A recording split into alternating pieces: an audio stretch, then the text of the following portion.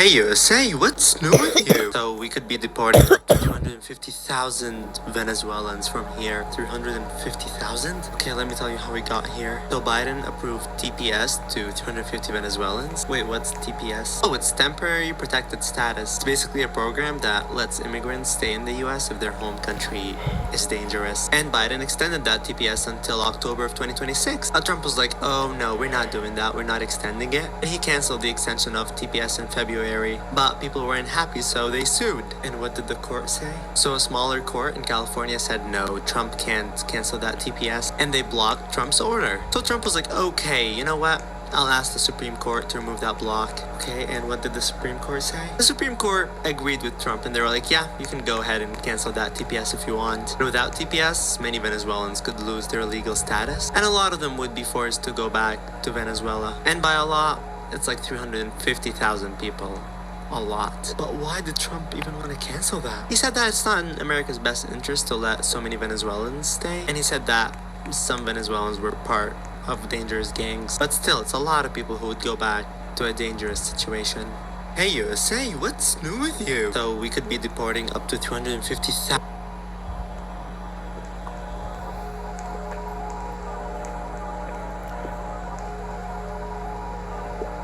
Hey USA, what's new with you? So we got some updates on what Trump's executive orders. Okay, and what's the update? So a few months ago, Trump signed an executive order saying that government workers should not be in unions. And if you don't know, unions are like a team of workers that help workers get fair treatment. So if unions just disappear, a lot of workers could just get fired. Oh, so now workers are not in unions? Well, after Trump made his order, a judge was like, oh no, you're not doing that, and he refused it. Oh, judges can do that? Kind of. So now workers will still have unions, right? Well, not too fast, because today on May 17th, the appeals court changed the decision. And what did they say? They were like, yeah, Trump can go ahead with this plan. And they said that the president should have the freedom to decide what's best for national security. Okay, wait a second. Why does Trump even want workers to not have unions? He said it's like a matter of national security to protect the government from like spies and cyber threats. But also, a lot of workers could get affected by that. So now workers don't have unions, right? Kind of. So Trump's executive plan is still in motion,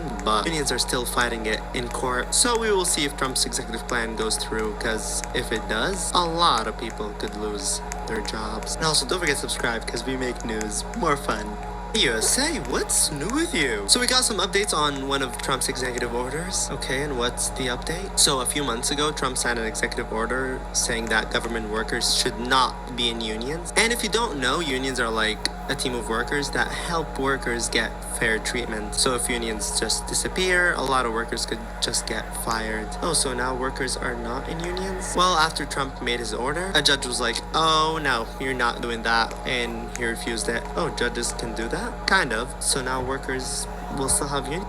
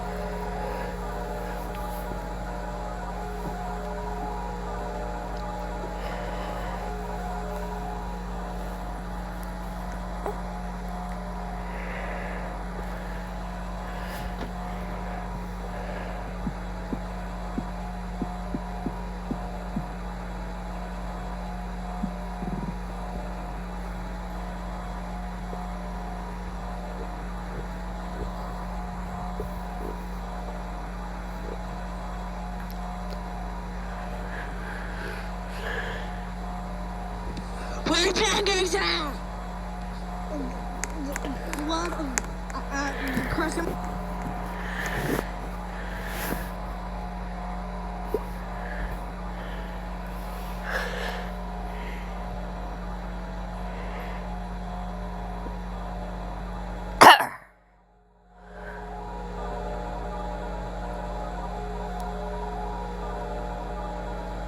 Marks and exclamation marks.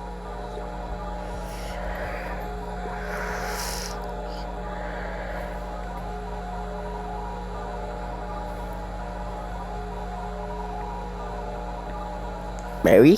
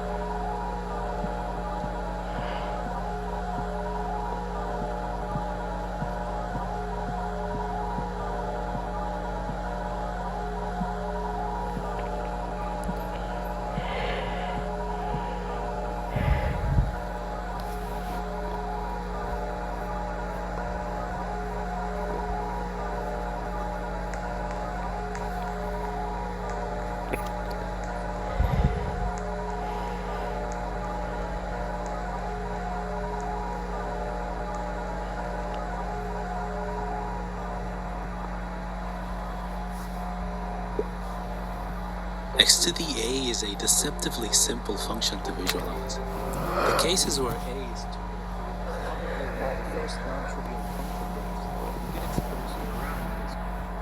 In these cases, where A is a positive integer, you can think of X to the A as a repeated multiplication. But what happens if A is not an integer? Let's see.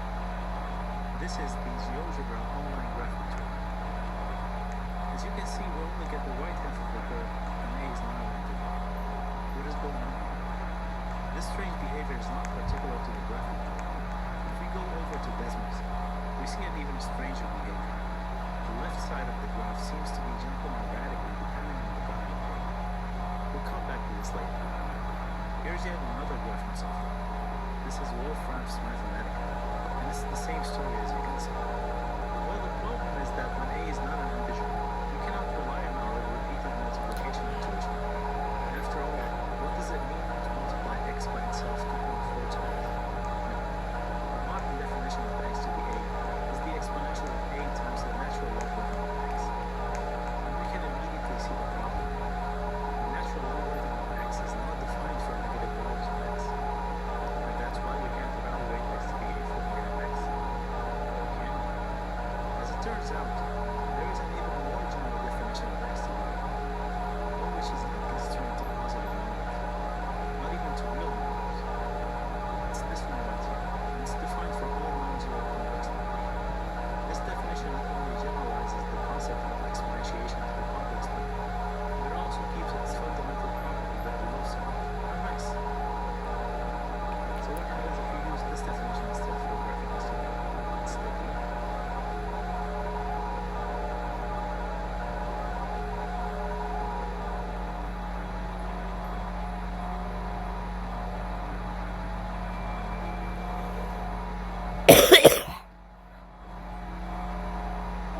Okay, what is going on? What we're looking at is a visualization of a function that maps real numbers, x in this case, to complex numbers, x to the A. Let's take a second to understand how this graph is constructed. Think of how a traditional R to R function works. X squared squared. We have our x-axis here. To each value of x, we associate the perpendicular axis. And part of this axis is the value of x squared. If we repeat that process for all values of x in a given interval, then the locus of these points that we marked on the plane is what we call the graph of x squared. Now return to our case. Let's say we're dealing with the function x to the 2.4. Looking at our expanded definition for exponentiation, we see that in general this is going to result in a complex number due to the presence of the imaginary element here. So we're dealing with a function that maps real numbers to complex numbers, and therefore we'll need three axes to represent it.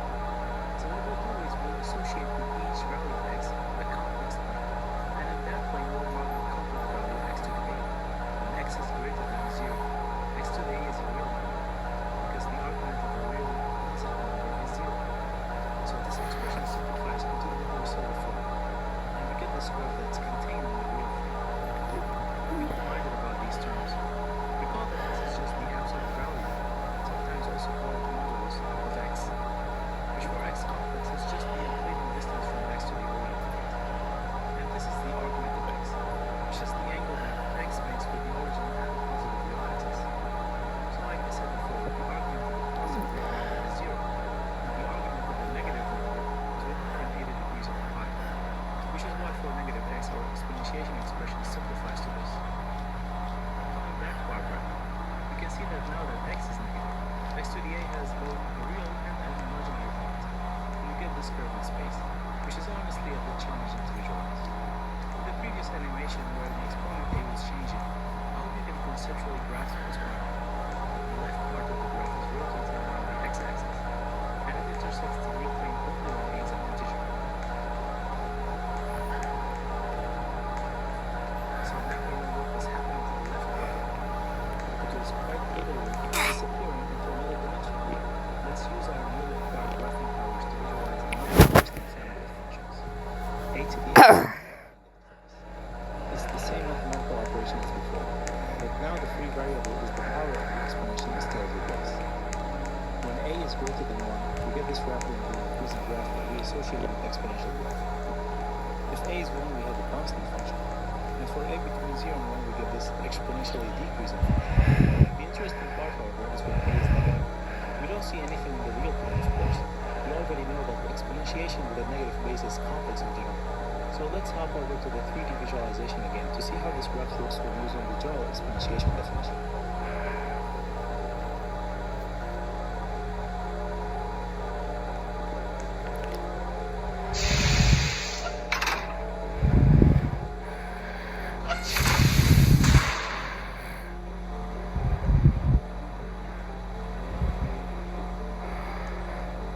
Alright, so the graph of this function is a helix with a radius of absolute value of a to the x and a period of 2, meaning that the argument, or angle of f and x, repeats every 2 units of x. In particular, since 1 to the x is constant, then negative 1 to the x is just a helix. Notice how the helix intersects the real plane for integer values of x. This is not surprising since those are the cases for which we can interpret exponentiation as repeated multiplication, so the result is a real number.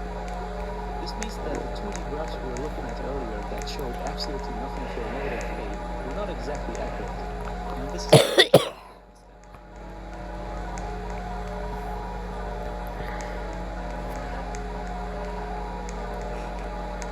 Coming back to the helix, notice how the theme of rotations is also present here, similarly to what we saw in the previous function. And you might wonder, where are all these rotations coming from? Let's take a closer look at this generalized definition that we've been using when x is negative. By doing some algebraic manipulations, here we can reduce this expression to the product of the regular exponentiation term with positive base, and this other term which is the exponential of a purely imaginary number.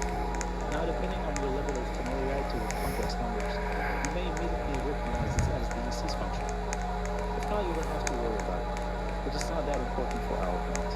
In reality, the discussion of how the Euler formula came to be historically and its implications deserves its own video, and there are already a few videos in the 3B01 Brown channel tackling the question of why are there rotations in my exponentials.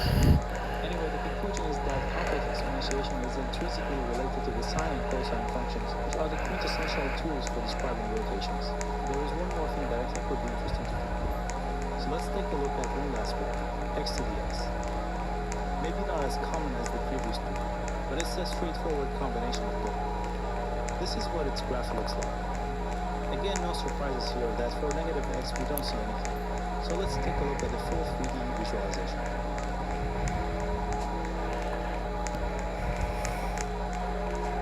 A really beautiful graph.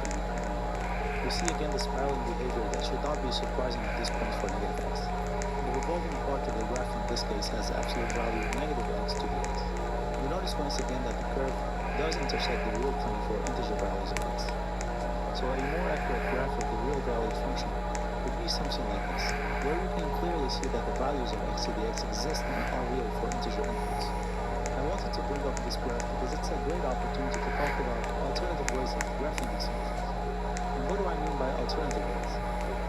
Well, if you search online for the graph of x to the x, you might stumble upon this really old webpage, which has been online since the year 2000. It's not immediately obvious, but this is a blog post by Jeff Tupper. Yes, that's the same Tupper from Tupper's self-referential formula. Numberphile has an excellent video on it. You should definitely check it out. The point is that I consider this the topic of graphing functions, and here he is proposing basically this graph for x. And you might look at this and think, this cannot possibly be the graph of a function. How is it possible that one value of x is getting mapped to two values of y? The graph doesn't pass the vertical line test. And the answer is no. X is not going to It only looks that way because now this is defined as a densely discontinuous function. And to understand what that means, we need to talk about the complex logarithm formula. So I showed you earlier this general definition for exponentiation and how it can result in a complex number even when both x and y. Well, as it turns out, there is an even more general definition, which involves an integer parameter k that can take any value. So the exponentiation operation actually results in several complex numbers, often infinitely many of them. This effectively makes exponentiation a multi-volume which might sound strange. We do have a rather familiar example in the case of the square root operation. For instance, what does 4 to the 1/2 mean? Under the most broad definition,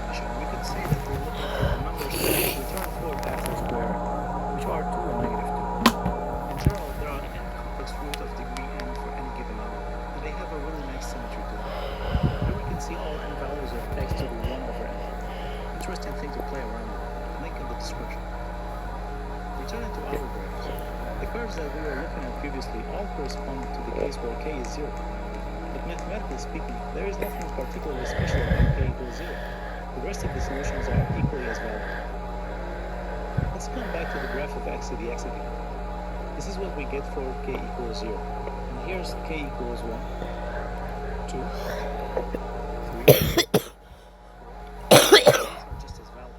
But only k equals 0 maps positive values to real values, which I think makes it the canonical choice for extending the R to R graph. Another interesting fact about these variables, they intersect the real and negative values. Let's mark the real intercepts of the graph for each value of k. Here are the ones for k equals 0. Here's after adding k equals 1, 2, and so on. After doing a bunch of these, the pattern starts to emerge. This is starting to look like the alternative graph of star. So, what are we doing here exactly? Here are more complex evaluations of x to the x. Let's look for real values when x is negative, in which case the expression simplifies to this point, using the ideas we saw before. Notice what happens when x is a rational number with an odd denominator. We can turn the arguments of the sine and cosine functions into an integer multiple of pi by making the value of k convenient. Now in the case of the imaginary part, the sine function is multiples of pi, so there is no imaginary part for these cases. The cosine function, on the other hand, alternates between one and comparative term. We express this with the term -1 to the p.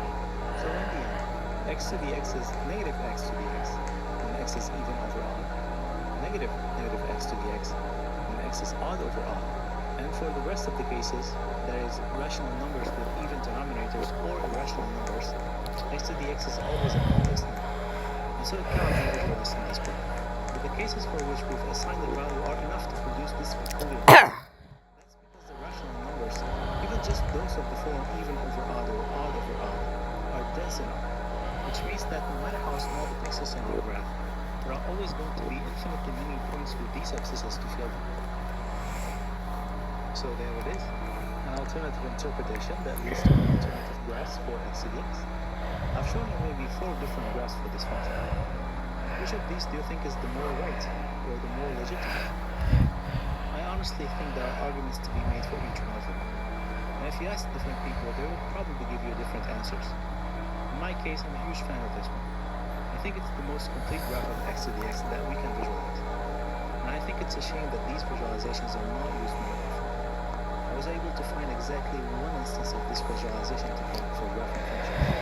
And it's this Stack Exchange answer from 2012. If we are limited to showing this trick,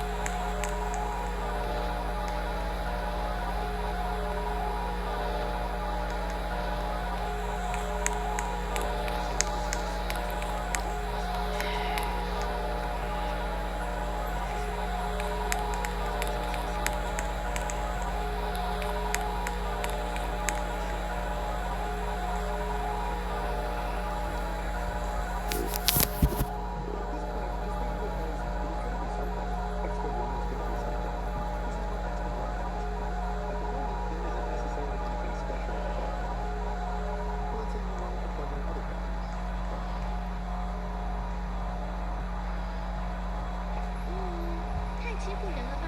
那天他接受了小不点的第9次挑战。啊，这么大的钻头！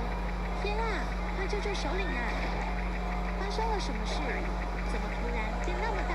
还能化身成超级无敌巨的大钻头？救命啊！到底谁才是魔鬼啊？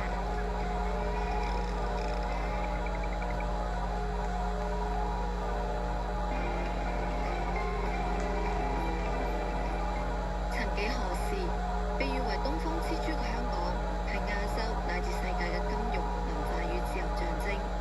然而近年嚟，呢座城市似乎陷入咗一場無形嘅漩渦，經濟低迷、社會撕裂、風波不斷，令人不禁質疑：呢個係咪梗係時代嘅脈絡，抑或另有隱秘推手？就喺呢種迷霧籠罩嘅氛圍裏邊，一種古老嘅聲音悄然回響：風水。風水作為東方傳統文化裏邊對地理、氣場同命運嘅探討工具，一度被視為舊時代嘅迷信。但如今，越嚟越多嘅風水師、媒體，甚至普通市民開始關注城市裏邊嘅怪異格局。一種流言悄然蔓延：香港係咪正被人暗中布低咗一道蛇陣？蛇陣究竟係乜嘢？佢真係能夠影響城市嘅氣運？如果呢場風水戰真係存在，佢個目的又係乜嘢？大家好，歡迎嚟到姐姐有嘢講，我係小 P， 今日帶你揭開香港蛇陣背後隱藏嘅風水玄機。第1章：蛇影重重，風水藝局中嘅香港序章。2021年5月21號，一項原本充滿紀念意義嘅城市美學工程——啟德空中花園正式啟用。花園佔地2公頃。研究機場跑道中軸線鋪設，設計靈感源自航空歷史，意在喚起市民對昔日輝煌嘅共同記憶。然而冇幾耐之後，一張從空中拍攝嘅相喺網上迅速流傳，震撼咗所有人。照片裏邊，花園輪廓好似一條巨蛇蜿蜒盤繞，嗰排排波浪狀嘅隔音牆好似鱗片咁密集排列，宛如社區蝙蝠大地。呢個係咪一個舊嘅乜嘢啊？於是蛇仔一股不安喺城市間迅速蔓延，係巧合定係刻意？係誤導定係警示？更加令人驚訝嘅係，花園並非孤立，人們喺城市不同嘅區域相繼發現更多蛇形建築。風水師警告，呢啲睇似藝術性嘅建築組合，或者並唔係隨意堆砌，而係一個精心部署嘅風水格局。而呢種佈局，可能就喺度靜靜咁改變緊成座城市嘅能量同埋命運。香港已非一城，而係一局。一位資深風水師語大言重咁講：啟德空中花園只係開始，定係警示嘅信號？故事就從呢度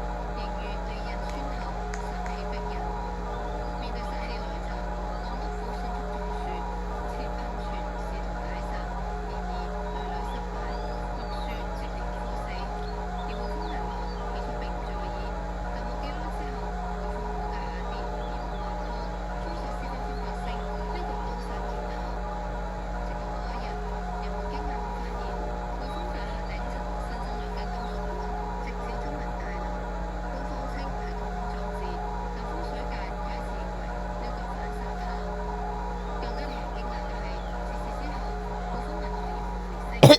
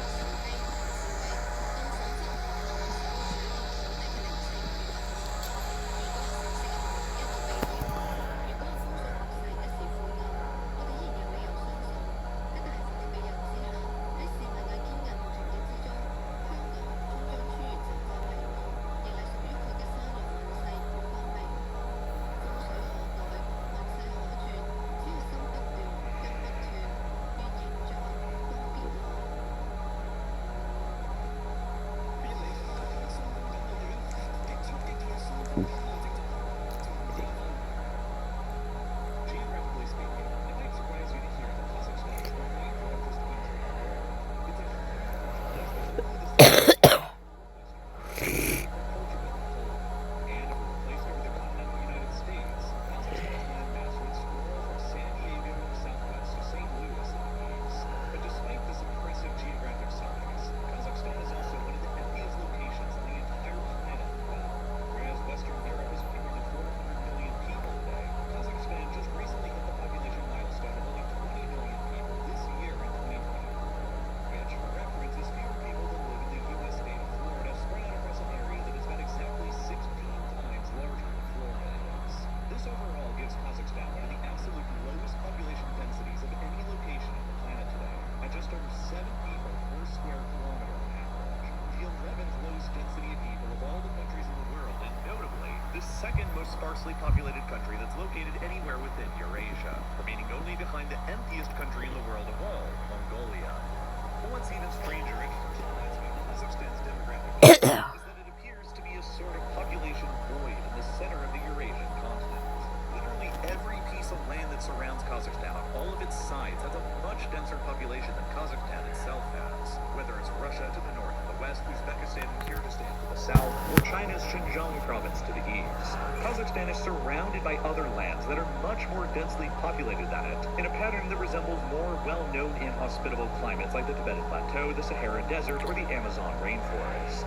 Despite its huge geographic size, Kazakhstan doesn't even have the largest population in Central Asia, with Uzbekistan having nearly twice the number of people, despite having only 1/6 of the available land that is similarly landlocked and largely dominated by the same climate types as Kazakhstan. Of course, a great deal of Kazakhstan's relative emptiness can easily be explained by much of the country's intensely harsh climate and hostile environment. Kazakhstan is the biggest landlocked country in the world that is thousands of kilometers away from any ocean. And so, with only limited large bodies of water nearby like the Caspian Sea to regulate the area's climate, Kazakhstan's climate is one of the most varied and wild of the world, with bitterly cold winters and hot summers. Practically the entire country's landmass is dominated by either a cold desert climate across the center, or a dry semi-arid climate across the north and the east of the country that resembles conditions seen in southern Ukraine or the American Great Plains region running from West Texas to North Dakota, with only scattered pockets of more easily livable climates. But nonetheless, due to its sheer size, Kazakhstan still has a large amount of arable land and renewable freshwater resources that would normally be conducive to a much larger population than just 20 million people. Nearly 11% of Kazakhstan's huge area is considered suitable and suitable for agriculture, largely across the belt of prairie in the north of the country that encompasses Kazakhstan's portion of the Great Eurasian Steppe. Kazakhstan has about 296,697 square kilometers worth of arable land in total, which is not only larger than the entire land area of the United Kingdom, but is the 11th highest amount of arable land of any country in the entire world. To put this into perspective, Kazakhstan has more agricultural land available than tons of other countries around the world that have much larger populations than it, like Indonesia, Turkey, Pakistan, or France, and many others. In fact, Kazakhstan is such a major outlier here that it is by far the country with the highest density of arable land per person in the entire world, with an average of 15,456 square meters of arable land available per person in the country. The closest competitors to Kazakhstan's arable land density are Australia, Canada, and Argentina, which also, notably, all have significantly higher populations than Kazakhstan has. In terms of other countries that have well-known sparse populations like Mongolia, Namibia, or Libya, Kazakhstan has vastly more available arable land than any of them do, while Kazakhstan also has vastly more available renewable water resources as well. Kazakhstan has about 108 billion cubic meters worth of total renewable water resources per year, which again outclasses many other countries that have much larger populations than Kazakhstan has, like Tanzania, Iraq, Ivory Coast, South Korea, or Afghanistan. Kazakhstan has one very significant river, the Syr Darya, that's fed from glacial snowmelt from the high Tian Shan mountain range to the east in Kyrgyzstan that used to empty into the huge Aral Sea, while the country also fully encompasses Lake Balkhash, the 15th largest largest lake by surface area in the world, and there were tons of smaller, more minor rivers dotted across the country as well. Kazakhstan's population density today largely follows where the fresh water is located, like along the banks of the Syr Darya River. But still, Kazakhstan has enough arable land and enough fresh water, despite its largely arid and cold climate, that you would expect it would have a population greater than just the 20 million people that it currently has today. And indeed, it probably would be a lot more densely populated of a place today, were it not also for the fact that Kazakhstan has had its natural geography more negatively altered by mankind than perhaps any other physical location on the surface of the earth. Because a very great deal of what makes Kazakhstan so sparsely populated today in the center of Eurasia, despite its huge amounts of arable land and fresh water, is the simple fact that the 20th century was an unmitigated, continuous catastrophe for the country in just about every way imaginable. And the Kazakhstan of today in 2020...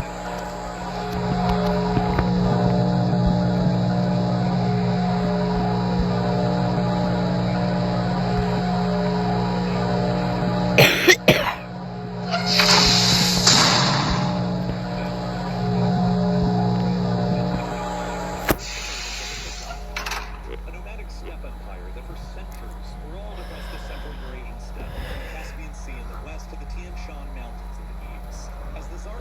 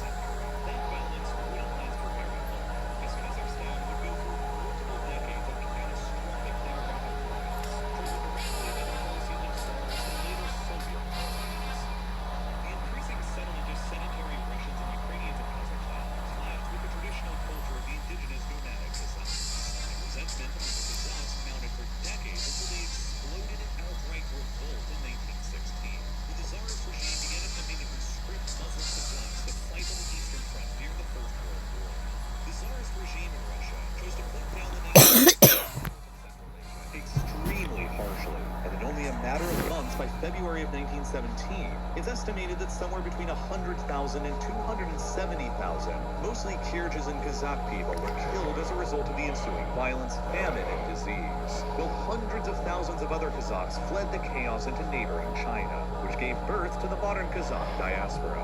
And then, after the entire Russian Empire collapsed later on in 1917, and the Russian Civil War began between the Communists and the White Movement, Kazakhstan was thrown into an even deeper period of chaos. As the civil war between the Bolsheviks and the Whites intensified across the former empire, catastrophic famine conditions developed across large parts of it that particularly affected Kazakhstan between 1917 and 1922. This first Great Famine is believed to have killed anywhere from 400,000 to 750,000 more people across Kazakhstan over just those 5 years, which is believed to have even further wiped out roughly 10% to 19% of the entire pre-famine ethnic Kazakh population, which obviously resulted in a devastating demographic setback for Kazakhstan. These events, combined with the continued settlement of Russians and Ukrainians in Kazakhstan, led to a severe altering in Kazakhstan's demographics by the time of the next census in the territory that was conducted by the Soviets in 1926. By then, the Kazakhs had shrunk to only 58.5% of the total population, down from the 83% they had once enjoyed 3 decades previously back in 1897. While over the same time period, the Russian population in Kazakhstan had more than doubled to become about 21% of the population, while the Ukrainians had also grown to become about 14% of the population. Kazakhstan enjoyed a brief era of autonomy during the Russian Civil War era, before it was subsumed by the Red Army into the newly established Soviet Union by the end of 1922, where it at first became a formal territorial part of the Russian Soviet Republic. For the first 13 years of the Soviet Union's existence, up until 1936, Kazakhstan in its entirety remained a legal territory of Russia's within the Soviet Union. And Kazakhstan wasn't legally separated from Russia to become its own separate full Union Soviet Republic until 1936. During those 13 years that Kazakhstan was directly a part of Russia, the Soviet authorities immediately introduced the policy of collective farming to the territory that set up collective farms that were primarily inhabited by Russian and Soviet deportees from elsewhere, rather than by ethnic Kazakhs. After Stalin drafted the Soviet Union's first 5-year plan in 1928, the Bolshevik Kazakh Central Committee officially decreed in 1930 that in order to meet the plan's ambitious agricultural and industrial targets,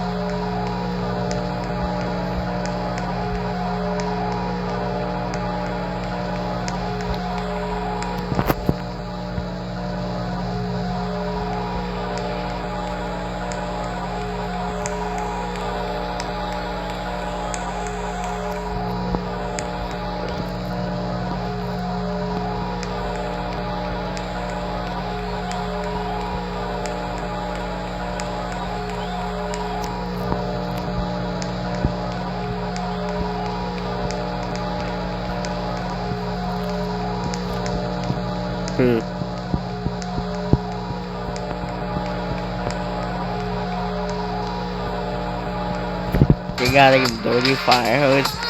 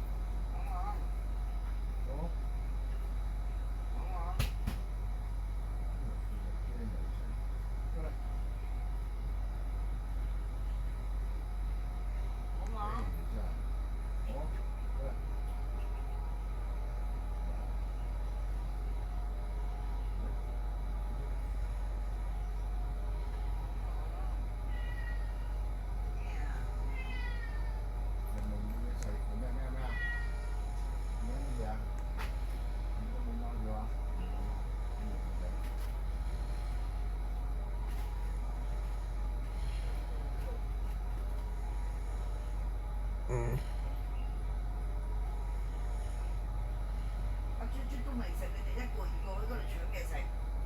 唉，你班嘢真係。阿豬豬咩都未食啊！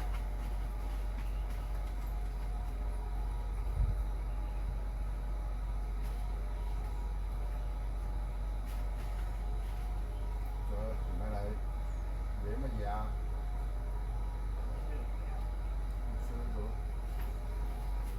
作死啊！唔係唔係嘅。做咩啊？包嘢啊！包啊？嚟啊！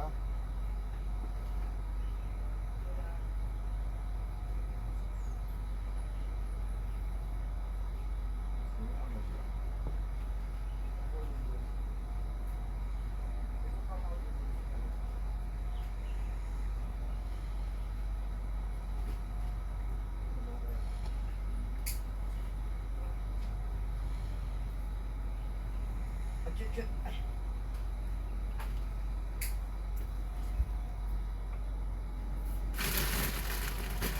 威威起身返學啦，夠鐘返學啦，威威，上學啦。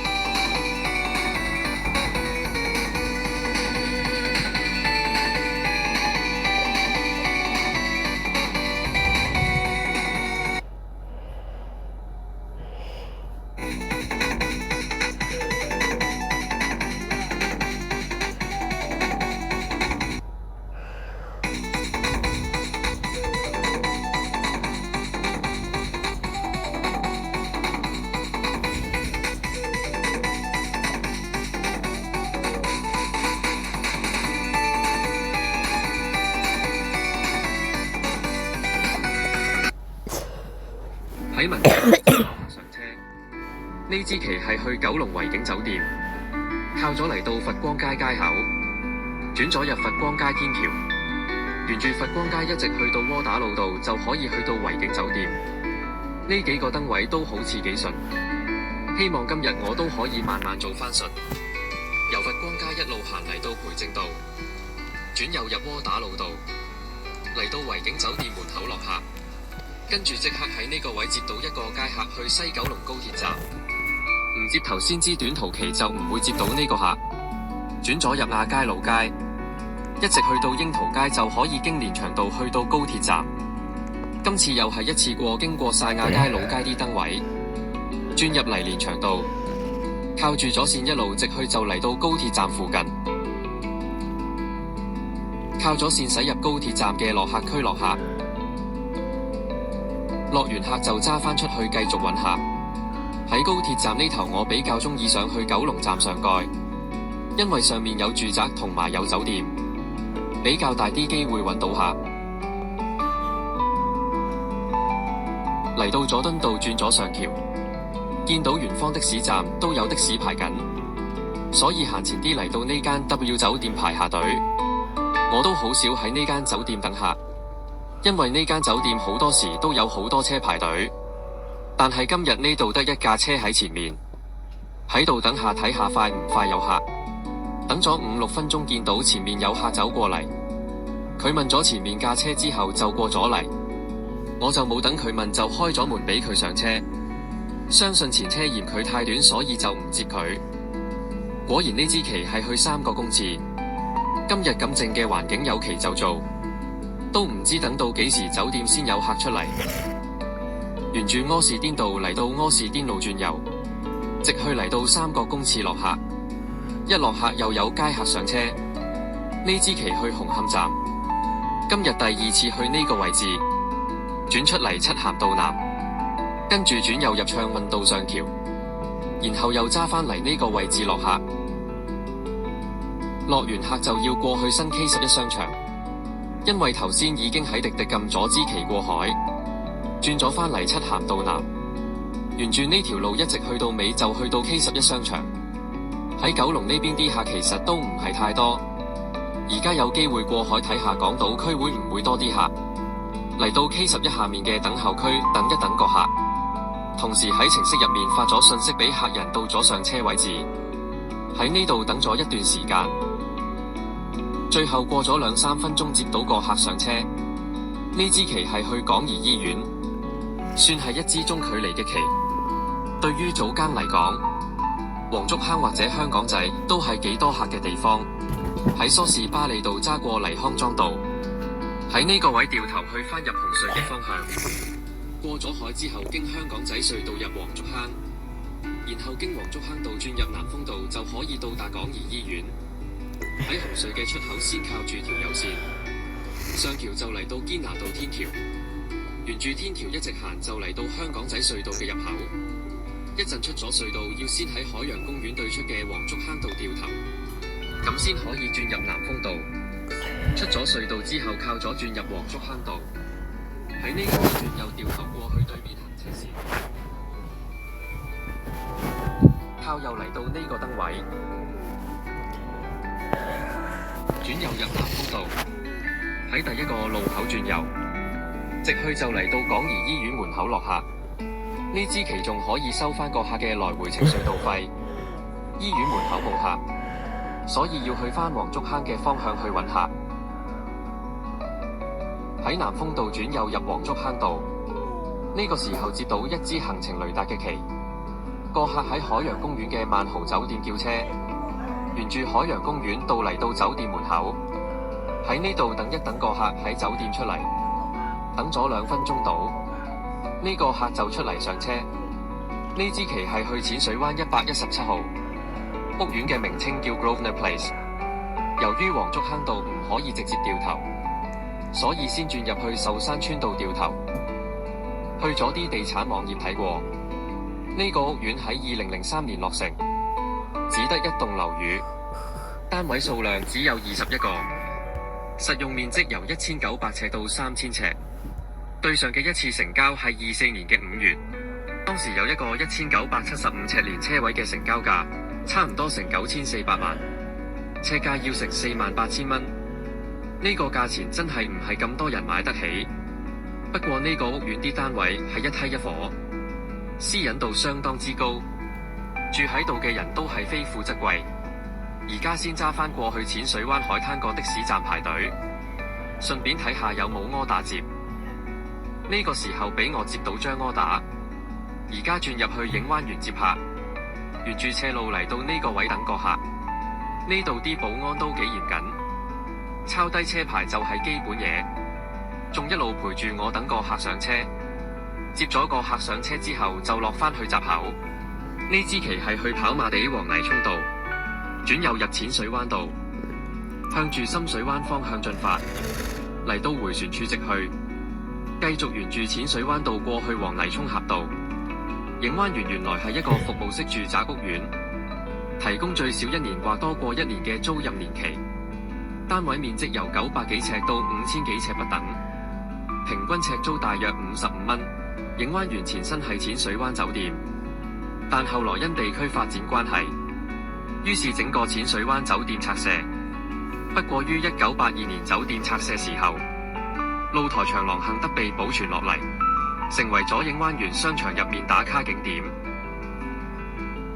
嚟到黃泥涌道，跟住嚟到電車總站隔離嘅非正式的士站落客，跟住又繼續去揾客，兜返入去跑馬地睇下附近有冇客，亦可以去養和醫院等客。嚟到呢個時候接到張柯打，呢個客喺銅鑼灣順德街叫車，轉入嚟雲地利道過返去銅鑼灣，轉入嚟樂活道。記得之前都試過有客由跑馬地去大坑，都叫我行呢邊過去，過咗南華會轉入東院道，沿住呢條路就可以去到銅鑼灣道，嚟到聖保祿醫院轉右，跟住轉左再轉左就嚟到順德街接客。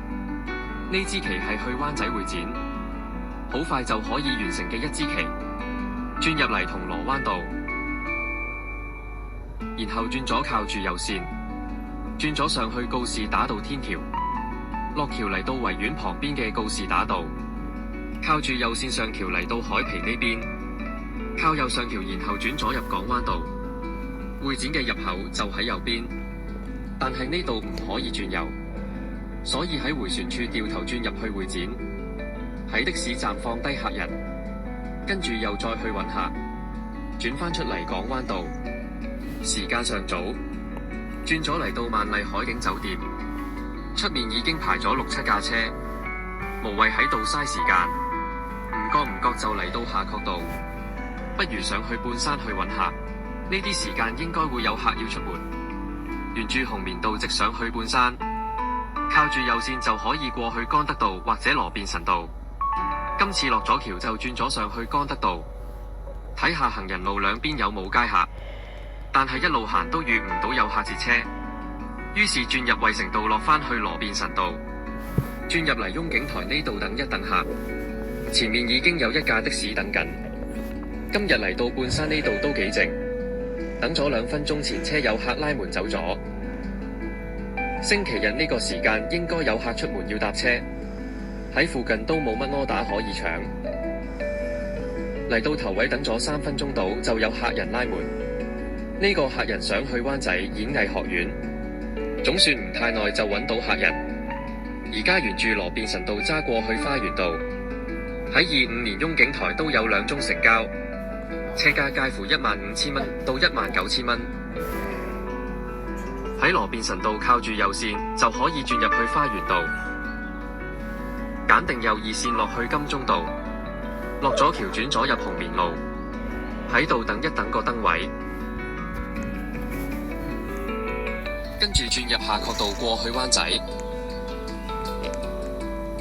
嚟到呢度轉左，再喺迴旋處轉左入閘，嚟到演藝學院入口落客，跟住又繼續揾客，過咗嚟港島呢邊好似多返啲客，唔使等太耐就可以揾到客做生意。而家打算揸入去灣仔入面兜下，喺菲林明道上橋過到嚟謝斐道，呢個時候喺滴滴接到張柯打，個客喺皇后大道東嘅帝盛酒店叫車。而家轉入去灣仔道，沿住呢條街一直去就會去到摩利神山道，轉右就嚟到摩利神山道，靠右線嚟到燈位，過咗呢盞燈去到前面轉右，跟住轉右去到酒店接客，最好早少少打定死火燈，叫後面啲車保持距離，搬咗啲行李上車就出發進入奇妙嘅旅程。呢支旗去迪士尼探索加酒店，轉入嚟司徒拔道掉頭，咁就可以揸去堅拿道天橋出發去告士打道。今次接翻一支比較長嘅旗，真係營業額，難得俾我搶到呢支旗去遠少少嘅地方。呢一台係內地嘅遊客，去咗灣仔嘅房間，然後搭的士去迪士尼酒店攞房，嚟到中環干諾道中靠住右線，揀定往九龍西嘅行車線去西隧，落橋後轉彎就嚟到西隧入口。呢支旗除咗可以收來回程隧道費，仲可以收埋個客嘅行李費。喺滴滴接呢啲過海旗其實都幾唔錯。今朝到而家都只係做咗啲中至短距離嘅旗，呢支算係暫時係今日最長嘅一支旗。過咗西隧之後，就由西九龍公路過咗嚟昂船洲大橋呢邊去青馬大橋，都要記住爬完頭之後唔好霸住條快線。行完昂船洲大橋就嚟到南灣隧道，靠住右邊呢條線出隧道，要用中線或者右線先可以去到青馬大橋。呢個時候聽到啲行家講話馬灣村入面冇晒的士，馬灣就喺附近。一陣如果迪士尼入面揾唔到客，都可以去馬灣試一試。而家已經行完咗青馬大橋，離開大橋之後就要靠住咗線，要喺第一個出口離開北大嶼山公路，沿住呢條竹篙灣公路揸過去迪士尼，嚟到迴旋處轉右入神奇道。而家已經嚟到迪士尼公園嘅範圍，喺第二個迴旋處轉右。迪士尼3間酒店都喺神奇路呢邊，嚟到呢度轉右就係探索家酒店，嚟到酒店門口落客，搬完啲行李之後就嚟到呢邊龍尾排隊，龍頭位置就喺前面轉咗落去嘅小路。呢個時候想去交個水費，所以就過咗嚟迪士尼好萊塢酒店呢邊停低，個廁所就喺車頭前面。去完廁所見呢邊冇乜動靜，都係馬上走人。頭先聽見馬灣入面冇車，所以而家過去嗰邊睇下，沿住神奇道一路直去，靠住咗線就揸返嚟竹篙灣公路，落咗橋就嚟到北大嶼山公路。記住要留意一下公路上面龍門架顯示嘅資訊，因為佢會俾到最即時嘅路面狀況。例如佢會話俾駕駛人士知道青馬大橋下層已經開放，又或者附近嘅改道措施等等。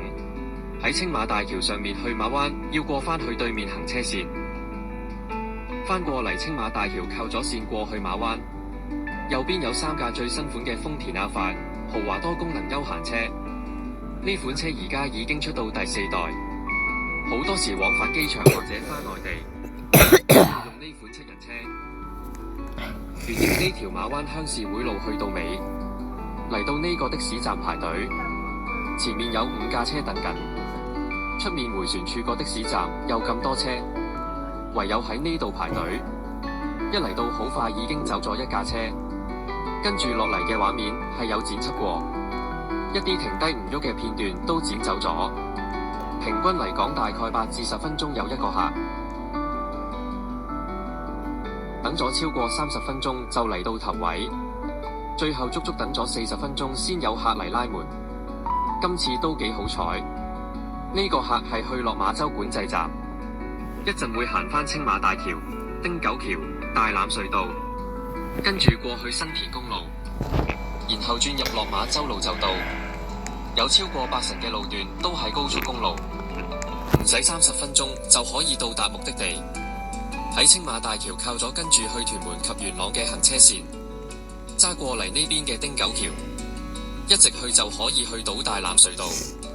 頭先喺馬灣的士站留意到附近都有幾間唔同嘅餐廳，如果下次再去馬灣排隊嘅話，都可以試下買上車，一邊食一邊等。而家已經入咗大欖隧道，呢條隧道會喺今年嘅5月31號就會交翻俾政府，到時所有車輛嘅收費都會下調。以的士嚟講，收費會由而家嘅58蚊下調至28蚊，私家車會加入繁忙時段收費，喺平日上下午嘅繁忙時間收費為45蚊，一般時段收30蚊，其餘非繁忙時間同埋公眾假期收18蚊。易通行亦將會喺大欖隧道實施。以今日嚟講，呢一支旗係最長嘅一支，比起頭先去迪士尼仲要遠啲。成條路線全長差唔多27公里。嚟到新田古洞10C呢個出口離開新田公路，跟住轉左入落馬洲路，沿住呢條路揸入去就可以去到落馬洲口岸管制區。嚟到呢度見到東鐵嘅天橋，再行前少少就嚟到邊境禁區，最後轉入嚟落馬洲口岸落客。呢度有個小插曲，個客俾錢嘅時候俾咗3張紙幣俾我，頭嗰2張都係100蚊，另外仲有1張港幣。睇真啲原來係1000蚊，個客俾咗1200蚊我。正常收錢嘅時候都會睇下有冇收錯錢，見到收咗張錯題都提翻個客。最後佢都揾唔到張港幣100蚊俾我，唯有收佢張人民幣100蚊。所以頭先喺落客區都搞咗一段時間，草場都已經排滿咗的士。另外左手邊嘅的士都排到去洲頭村嘅牌坊，估計最少有20架車等緊，有機會要等超過個半鐘。而且呢度唔似機場有穩定嘅旅客，所以都係出返去上水去揾客。沿住粉嶺公路嚟到上水出口，跟住再轉右就嚟到上水火車站。呢度都有7架車喺的士站等緊，唯有再去過另一個位揾客。而家喺附近周圍睇下，突然間醒起上2集嘅經驗，於是喺呢度掉頭揸過去上次去過嘅地方。如果有睇過我之前都估到我而家去邊，但今次我係冇接到柯打揸過去，純粹係想去試下碰下運氣，轉入嚟馬適路。而家向住粉嶺方向揸過去，但係揸過去之前想兜下附近嘅地方，因為呢頭附近都有唔少嘅屋苑，左邊有綠油軒、御庭軒，右邊亦都有帝庭軒，但係都遇唔到街客。而家就揸過去上次去過嘅屋村，沿住沙頭角公路一直去，嚟到呢個迴旋處轉右，就嚟到皇后山。呢個時候真係派咗張單俾我，於是揸過去個客嘅上車位置，呢度接到客人。呢支係預定價錢嘅柯打，目的地係去元朗安樂路，帶我由大東北去大西北。皇后山村入面都有一個市區的士站，頭先都有1架的士喺度等緊。喺沙頭角公路一直揸過去粉嶺馬會道，龍躍頭附近做緊道路工程，呢度興建緊地下通道同埋行人天橋，連接住興建中嘅粉嶺繞道，沿住馬會道一直去，靠住左線嚟到馬適路呢個街口，轉左入掃管埔路，嚟到迴旋處轉右落去粉嶺公路，而家又返嚟粉嶺公路。今次行返相反方向過去元朗，今次都算好彩，嚟到粉嶺就揾到客上車，過咗新田交匯處就駛入新田公路，亦即係頭先去落馬洲嘅交匯處。睇返行車記錄嘅資料，由粉嶺去元朗總共行咗19公里，成程車只係用咗22分鐘就完成。過咗錦繡花園嘅出口，就要靠住咗線，跟住去元朗及屯門嘅行車線，駛入嚟元朗公路，然後繼續靠咗線嚟到博愛交匯處。呢度已經喺今年2月9號加裝咗交通燈，目的係希望令車輛更有秩序進出迴旋處。嚟到青山公路，個客叫我唔好上橋，喺左邊直去元朗安樂路，過咗燈位嚟到水車管理呢度落客。呢一程嘅車費都只係等於正價嘅85折，不過總好過吉車出返去市區。嚟到大西北呢一區，睇下有冇客可以帶我離開出去市區，試下兜入去。乜嘢？有冇叫我早晨啊？咪早晨。元朗市中心入面睇下有冇客。可唔可以攞藤條打你兩下？喺元朗千色店呢度轉入去教育路。可以啊。喺教育路呢邊可以轉入去西青街，經西裕街轉咗就嚟到西青街。點解哥哥書包啊？呢度兩邊都有好多食肆，街邊亦都停咗好多車。不過過咗呢條街都遇唔到街客，所以又經翻西裕街翻嚟教育路。前面教育路都好繁忙，想轉出去都要花一啲時間，又要睇住另一邊方向嘅車。呢個時候都冇乜目標咁喺度周圍兜，跟住揸揸下就出返嚟元朗大馬路。喺呢度都留意下路邊有冇人字車，不過嚟到元朗廣場都冇客。不過呢個時候又接到一張預定價錢嘅柯打，見到有單梗係照做。喺呢頭叫車嘅一係揾唔到路的，一係就想出去九龍。而家揸緊去個客叫車嘅地方，距離都要成8分鐘先去到。首先沿住青山公路揸過黎平山段，跟住繼續直行揸過去洪水橋嘅方向。不過呢頭都比較少泥，唯有跟住個導航嘅路線揸過去，嚟到洪水橋段嘅燈位靠右線，再轉左入洪水橋田心路。呢度有個新私人屋苑叫匯都，轉咗就嚟到紅安里。但係呢個時候個客打嚟話佢喺投注站嗰邊，所以轉返出嚟紅堤路。喺呢度見到個客，呢支旗帶我出返去荃灣，經紅柏路轉過嚟洪水橋大街，然後轉咗就可以返嚟青山公路洪水橋段，掉頭去返相反方向嘅青山公路。呢邊嘅方向係去屯門嘅路線。今次呢支旗嘅距離有成25公里。呢條天橋就係港深西部公路，過咗妙法寺對出就要靠右線，上橋就可以揸過嚟屯門公路。呢台客係去荃灣華人永遠墳場拜山，一陣行完屯門公路，跟住駛入荃灣路，去到德士古道過去荃灣華人永遠墳場。比起今朝嘅客量，好似去完迪士尼之後生意都唔錯。連續接咗幾支比較長嘅柯打，大東北同大西北都去完。而家出返去荃灣之後，睇下會唔會繼續接到啲靚嘅柯打。不過今日係清明節假期後嘅日子，應該仲會有人好似呢台客咁去拜山。一陣可以試下喺墳場嘅的士站等一等，睇下會唔會有客過嚟拉門。而家已經嚟到深井附近，靠住右邊沿住屯門公路直去。左邊上橋係去汀九橋過去3號幹線或者去機場，過咗汀九橋之後差唔多返到嚟荃灣，右邊就見到灣景花園，行到右邊兩條線，上橋嚟到荃灣路，過咗第一個出口靠左線，去到第2個出口轉落去德士古道迴旋處，轉左入德士古道，永德街又封咗唔俾轉入，所以嚟到永順街轉左。沿住永順街一直揸過去墳場入口。今日墳場都有封路措施，車輛唔可以轉入去墳場入面，只有的士或者小巴先至可以過嚟呢邊落客。跟住揸前少少去的士站排隊，前面有2架的士等緊。過咗1分鐘就有客拉門，再等多6-7分鐘有客嚟拉門。今次呢台客上咗前面同我架車，個客話去新都會。咁就跟住前面架的士行，轉入去葵樂街。再轉返入去葵喜街，喺燈位轉右入葵福路，嚟到興芳路呢個燈位等一等，過咗呢個街口直去，前面架車呢度竟然唔轉左，個客話照跟住前車，但係前面架車又轉返入嚟葵芳地鐵站，佢喺呢度先轉去新都會廣場。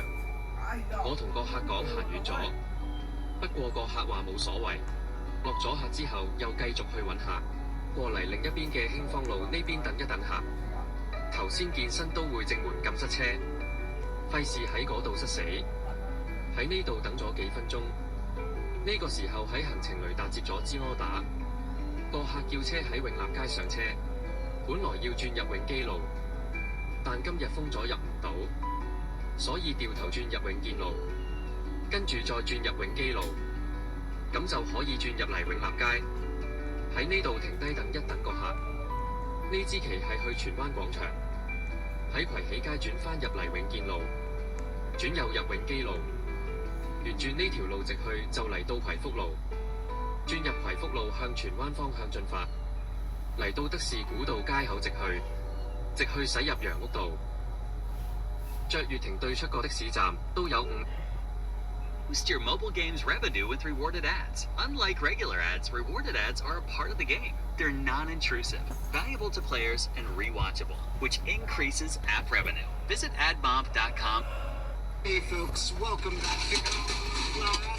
Today I want to take you on a journey to learn about what I call hypertriangles and hypertriangular numbers, to see some surprising facts and mysteries about how many dimensions each number is hypertriangular in, and which numbers are the most multidimensionally metatriangular. First, let me explain what I mean by a hypertriangle. Let's say I had a zero-dimensional point, and I wanted to add another point and connect them. Well, I end up having a line segment. Now, let's say I wanted to add another point that wasn't on the same line that this line segment lies on, and then connect that, and maybe even fill in between everything that had been connected. I would end up with a triangle. Now, could I take that further? Well, if I wanted to add another point that wasn't on the plane the triangle was on, like another point up here, and connect that and everything in between, I would end up with a tetrahedron, also known as a triangular pyramid. In many ways, a tetrahedron is like a three-dimensional triangle. And although that may be the limit in the third dimension, if I could take another point in some fourth dimension somewhere that was outside of the whole 3D space this lived in, and connect that to this in a similar way to this extension we've been doing, I would end up with what's basically a four-dimensional triangle.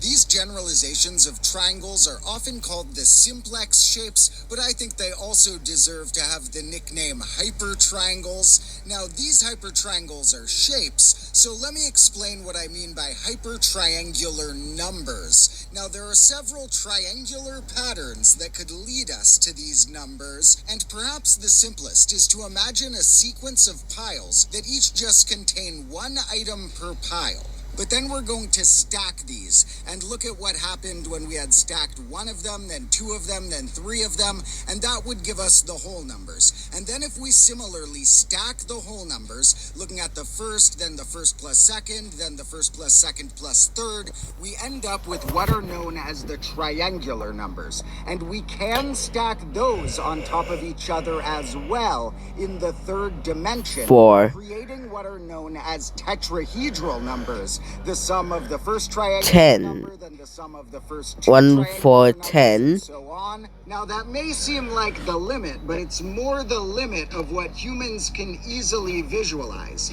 Mathematically, we can take tetrahedrons or tetrahedral numbers and stack them on top of each other without any weird overlaps if we had another dimension to do it. 3, 5. So mathematically, we can figure out which lists of numbers numbers would emerge as the higher dimensional versions of triangular to tetrahedral to beyond, making new sequences essentially where each term in them was the sum of all of the terms up to that point in the previous sequence, and we would end up with higher dimensional generalizations of triangular numbers, which often are called the simplicial polytope numbers or the n-simplex numbers. But when we take cubes and put those in higher dimensions, they get all sorts of fun nicknames. Like people would call a 4D version of this a tesseract or a hypercube. So I personally like to refer to the simplex shapes as the hypertriangular shapes,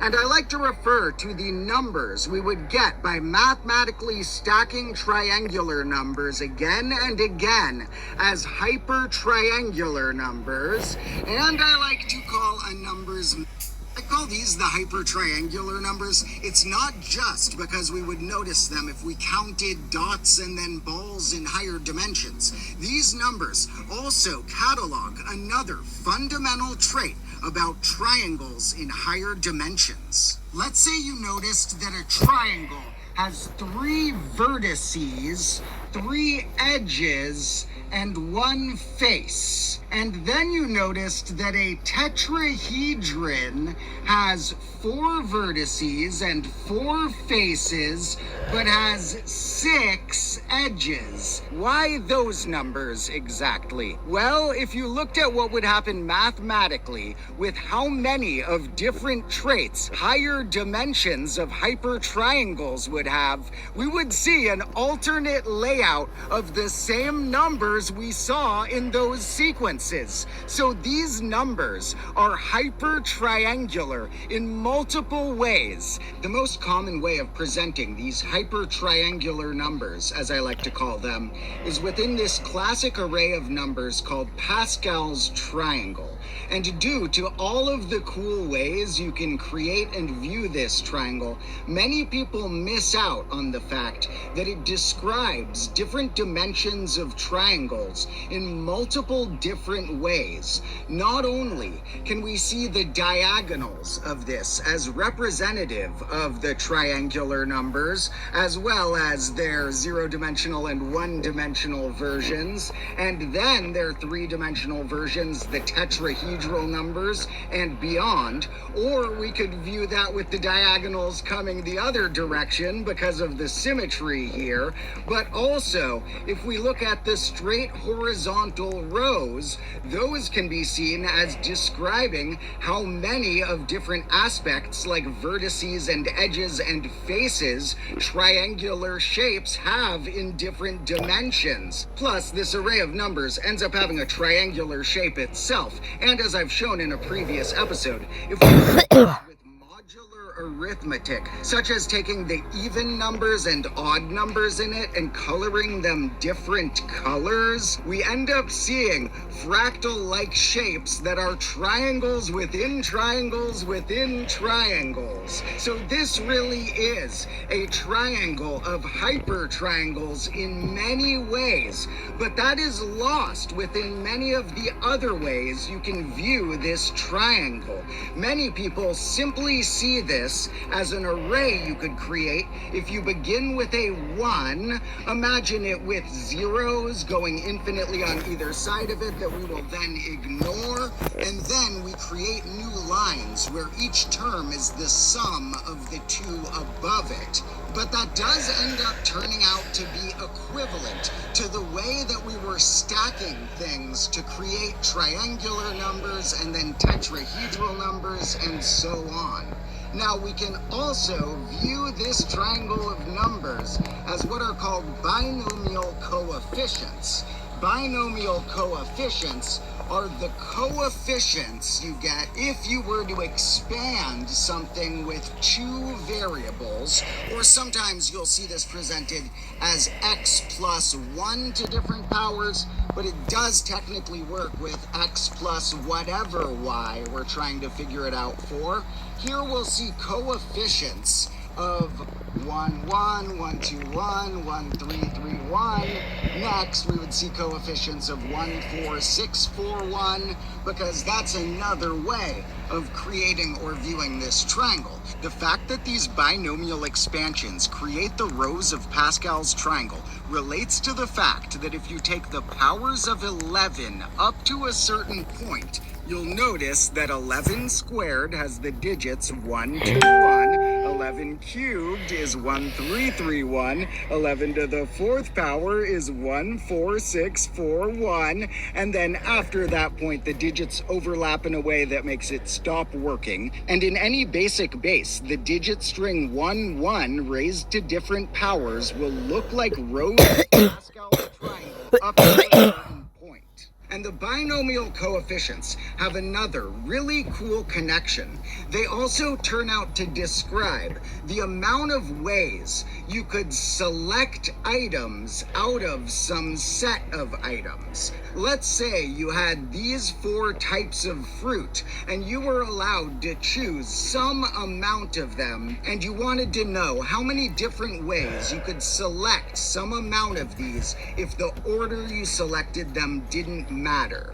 For example, there is technically one way to select none of them, the way of selecting nothing, and there are 4 ways to select one of them, and you'll notice there are 6 ways to select 2 of them, and there are 4 ways of picking 3 of them, or 1 way of picking 4 of them, and all of those numbers we encountered, 1, 4, 6, 4, 1, are a row of this 11 to the fourth. 1, 4, 6, 4, 1. If we start with the top being called row 0, describes if I had some amount of items, which is the row number, and then starting with picking 0 of them and then picking 1 of them, all the way up to picking the full amount of the row number of them, it shows how many ways, if order didn't matter,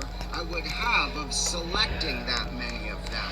And that can help the symmetry here make more sense, because it makes sense that there would be the same way of selecting 3 out of 4 items as of selecting 1 out of 4 items, because we could view one of those cases, the ones we did select, as a mirror of the ones we didn't select in the other of those cases. Now, selecting m items out of a set of n is known as n choose m, and is often written like this. So here is what Pascal's triangle looks like when we write it under that interpretation. And although this doesn't show us the exact number that lands on each spot in the way we're used to seeing them in base 10, we would have to calculate it, which we can do with a simple formula involving factorials. Looking at Pascal's triangle this way can let us incorporate some notable identities to get clues about traits like how meta-triangular a given number is. For example, the number 1 will appear an infinite amount of times here, because for any row n choose 0 always equals 1. Additionally, every whole number will appear here at least once due to what I call trivial hypertriangularity, where n choose 1 always equals n.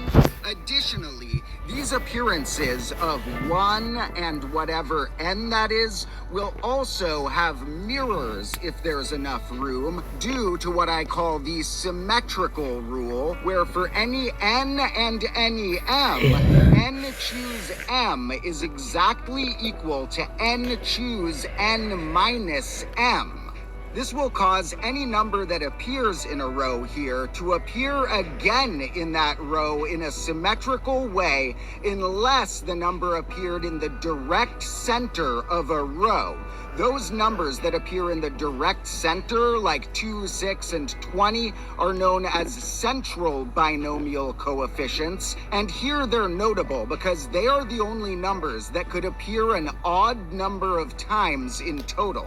And each number apart from 1 will have some finite amount of times that it appears, because a number n cannot appear beyond row n. Apart from the number 1, which will be on the ends of any row n, anything else within a row n will be numbers n or larger. Normally, any whole number will appear at least twice due to its trivial triangularity and the reflection of that, although the number 2 is unique in only appearing once, whereas any other whole number will have a reflection to its trivial triangularity that is different.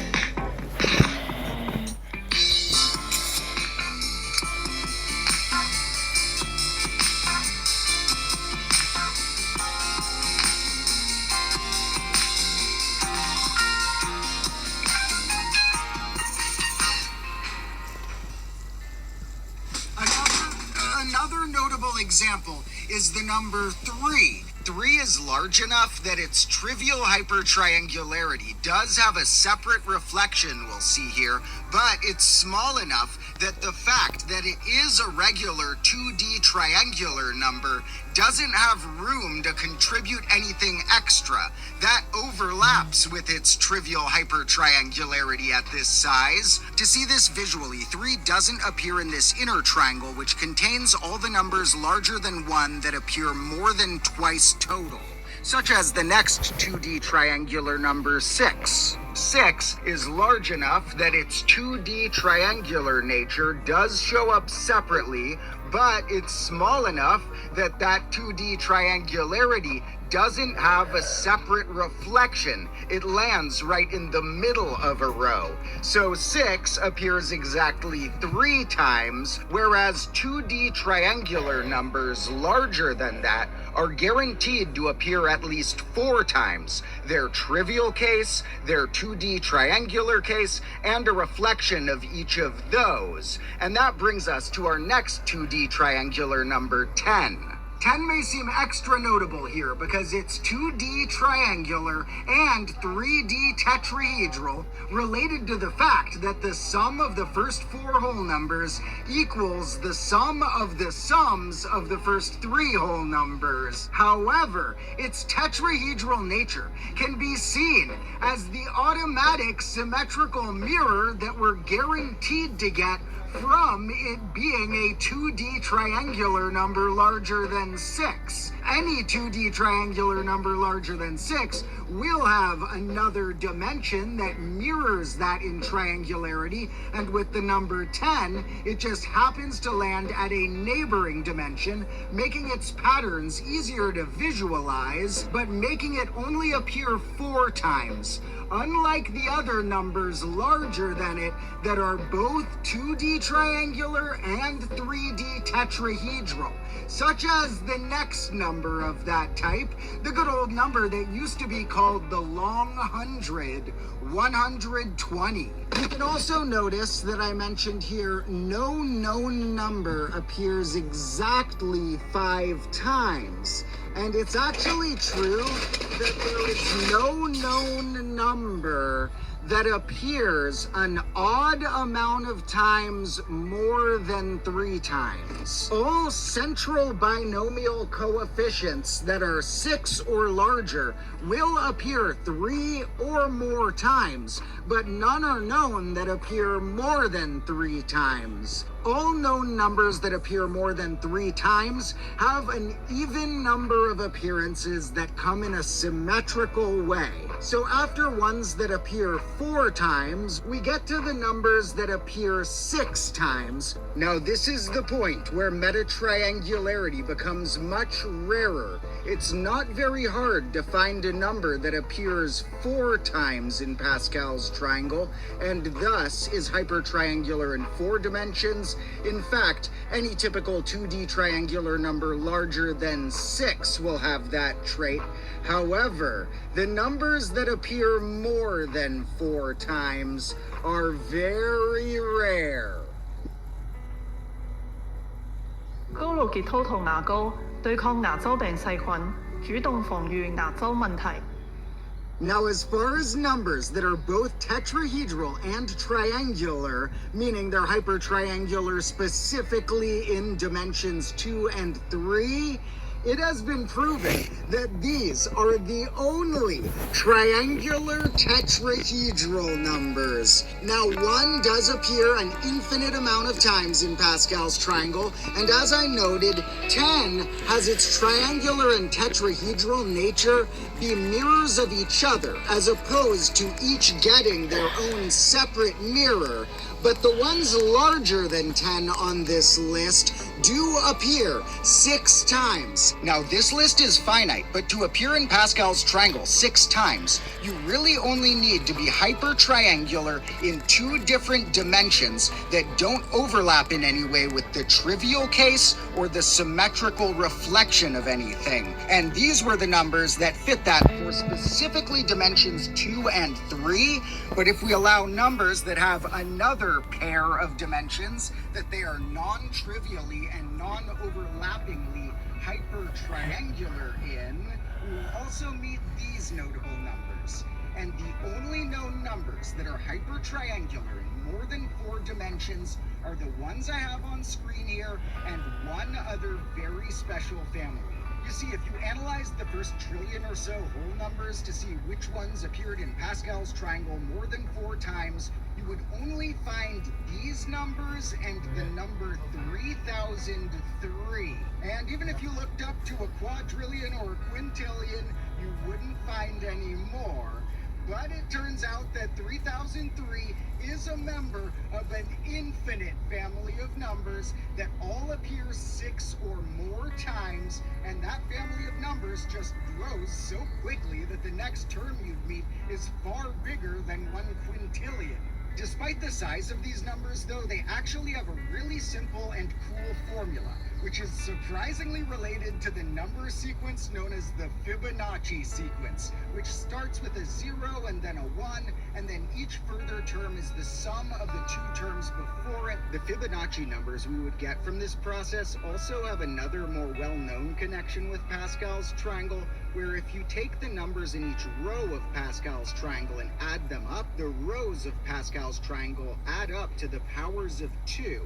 Then, if you take the numbers in each of these slightly diagonal lines that have an angle somewhere between those horizontal rows and the infinitely long main diagonals, well, these slightly diagonal lines, all the numbers on them add up to exactly the Fibonacci numbers. And some of you may have already known that connection, but I bet almost none of you know about this lesser known connection between the Fibonacci numbers and the realm of metatriangularity. So, let me show you a simplified, alternate, but equivalent version of the formula that was discovered by the mathematician David Singmaster. What we're gonna do is take the Fibonacci sequence and the index of each term, beginning with calling the 0 at the start the 0th term, and we're going to pick a number k, and we're going to create 2 numbers n and m such that n equals the Fibonacci number with index twice k times the Fibonacci number 1 after that, and m equals the Fibonacci number with index twice k times the Fibonacci number 1 before that, and we will be guaranteed that n choose m minus 1 is exactly equal to n minus 1 choose m. And each of these does have a reflection. In general, the reflections of this can be simplified to n choose n minus m plus 1 and n minus 1 choose n minus m minus 1. In addition to a trivial triangularity and the reflection of that, so any number in this family will appear at least 6 times. For example, the number 3003 shows up in this family because if I pick k being equal to 2, then I have the 4th Fibonacci number times the 5th for that n value, and the 4th Fibonacci number times the 3rd for that m value. And here, when I end up doing 15 choose 6,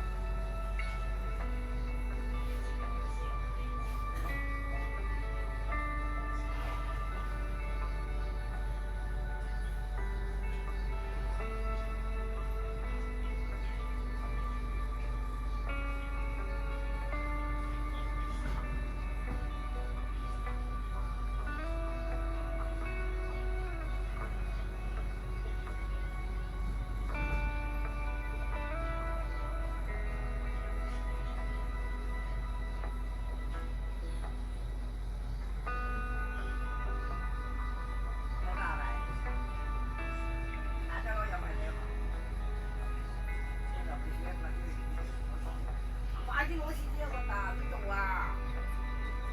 邊度啊？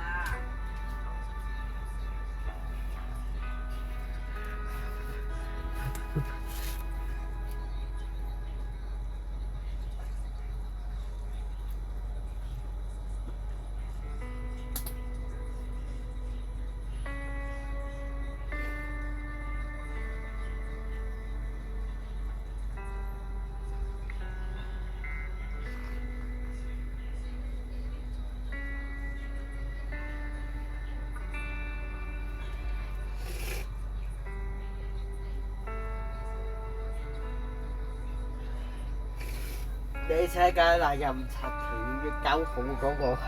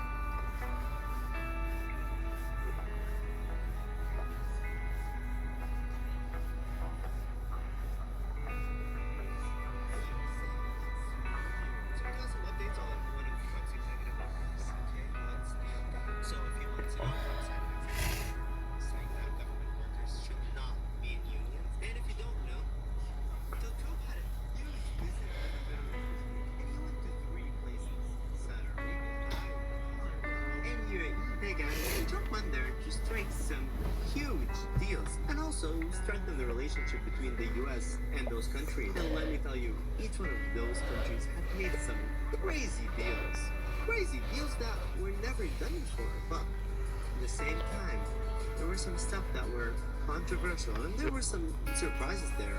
And today, the country that I mentioned before, plus the US. So I will explain to you what the deals that he made and if those deals are actually good or not, and what wild twists happened on his trip. So let's go.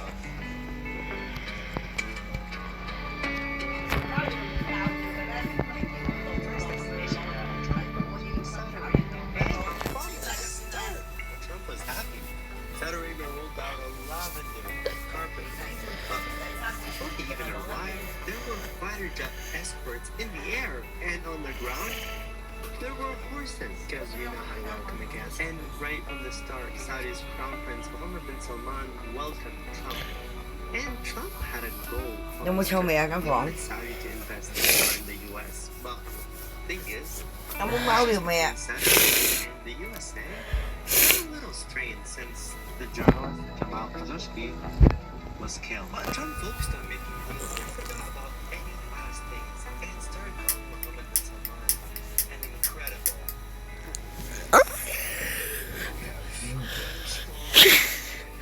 Bộ nghe gì?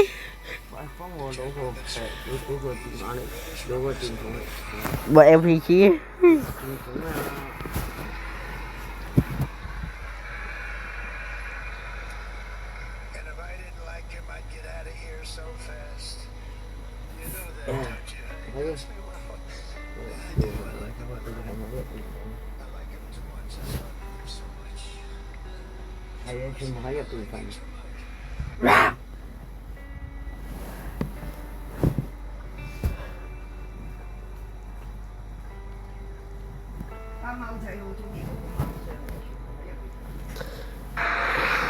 And right away, the huge announcement that was said by Trump announced that all sanctions on Syria. I will be ordering the cessation of sanctions against Syria in order to chance at greatness. And Trump said that he did that on a request from Mohammed bin Salman. Oh, what I do for the crown prince. He said he wrote a strict punishment that the U.S. had on Syria for years. So when Syrians heard the news, they were overjoyed. But there was another surprise guest, and it was Syria's new president, Ahmed al-Shara. He was there and he met Trump. That was actually the first time in 25 years that the leaders of both Syria and the U.S. sit together. The thing is, the U.S. used to consider Ahmed al-Shara as an enemy. There was even a reward for his capture, so this meeting showed a huge change. Trump was willing to talk and make new friends if it could help end the war and rebuild Syria. All of that, and he didn't even talk about the deal I did yet. Hey, my bad, let's get to that. So Mohammed bin Salman and Trump announced that Saudi Arabia is going to invest $600 billion in the U.S. Saudi Arabia also signed a $142 billion arms agreement, which means Saudi would buy a lot of weapons. And for the U.S., that was the biggest defense deal ever made. Well, let's ask Saudi to explain the deal a little bit more. Yeah, so basically we'll buy airplanes, missiles, and more weapons to just strengthen our defense. Trump even said that the total investment between the two countries could grow to $1 trillion over time. But when reporters looked at the details and confirmed deals, they didn't add up. They only added up to $282 billion. A lot less than actually $600 billion was said, but it's still a huge number. But still, some people were still skeptical, recalling how the 2017 Saudi deal had made huge headlines, but it didn't much less. So, yeah, some people were skeptical, but still, these agreements that were made between Saudi Arabia and USA were still huge, and it showed strong economic ties between the countries. And another thing that happened in this event, Trump mentioned another country, Iran. But it's a good thing because Trump gave a warning to Iran and he told them that he had a deal for them. And he told Iran suffers heavy consequences. But that wasn't it for Iran because Trump mentions Iran again during his speech. But basically, that was it for Saudi. A huge deal was made, and Trump was sadly happy, but we'll see if that will be the case with the two other countries. Yay, now it's my turn.喂，食早餐啊！喂，你要我再嗌多聲咧，我再同你講多次啊！我同你講嘢，你要即刻答我啊！聽唔聽到啊？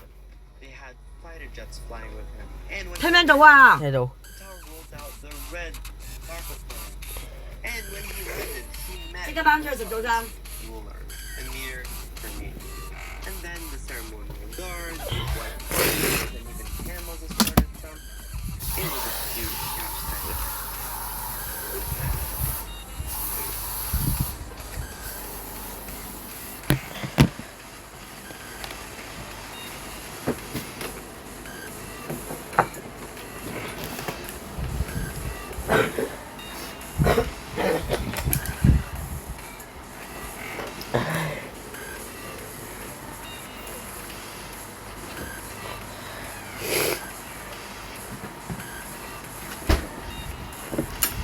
你唔飲㗎啦，呢啲係嘛？啊？你飲唔飲㗎？啊？朱古力咖啡啊？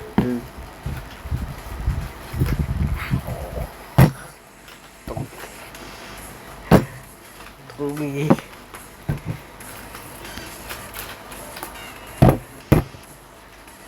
嗱。Okay.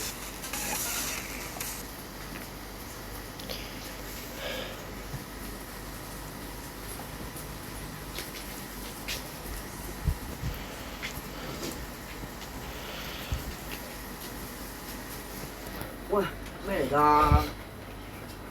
鹹嚇死人咩？我哋整部嘔血添。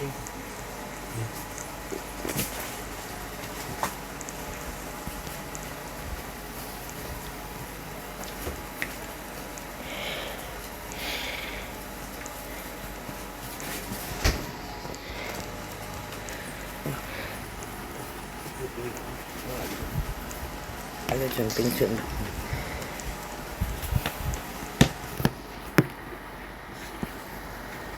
首先落豉油，然後辣椒油，再咁呢個碗辣椒油加咖啡啊，辣椒咖啡油，冇辣椒，冇辣椒媽咪食唔落嘢㗎。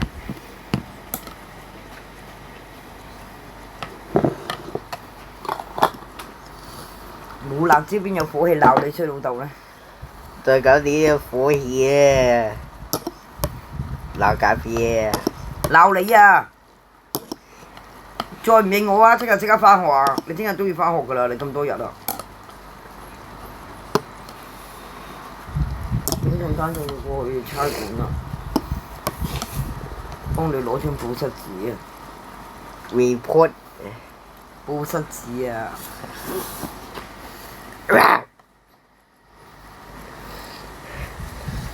就再要咩嘢先得嘛？你咯，喺度嚇鬼！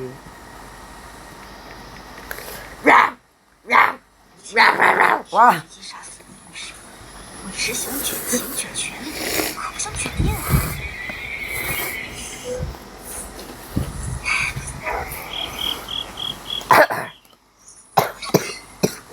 狗畜生是她一个少妇女畜生，有什么资格怜悯本宫？只有杀了父血和他肚子里的孩子，全人能取代本宫的位置。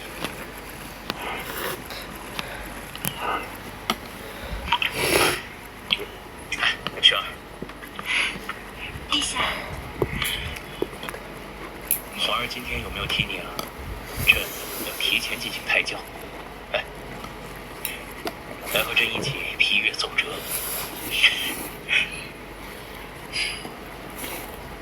信息差就是这个世上最昂贵的东西。成为老板的宠妃不重要，但成为老板的二把手很重要。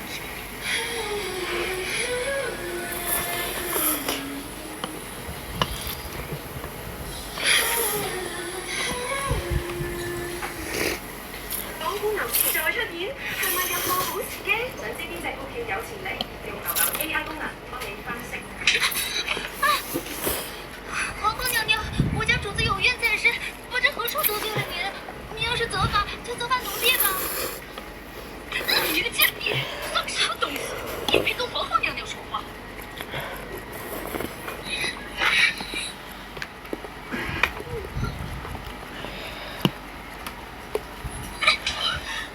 你又算个什么东西？敢动手打我的人！皇后娘娘，不知臣妾何处得罪了？说你宫中杂事繁忙，心绪，臣妾不介意替你分担一点。淑妃还是好好操心自己的事儿吧，本宫的事儿还用不着你来操心。我并不想受罪，也不想伤害任何人，只想把孩子平平安安的生下来。但是若有人伤害我身边亲近者，必然于死。苏璇，你不过一个小小生物，那就是职场 PUA 新技术。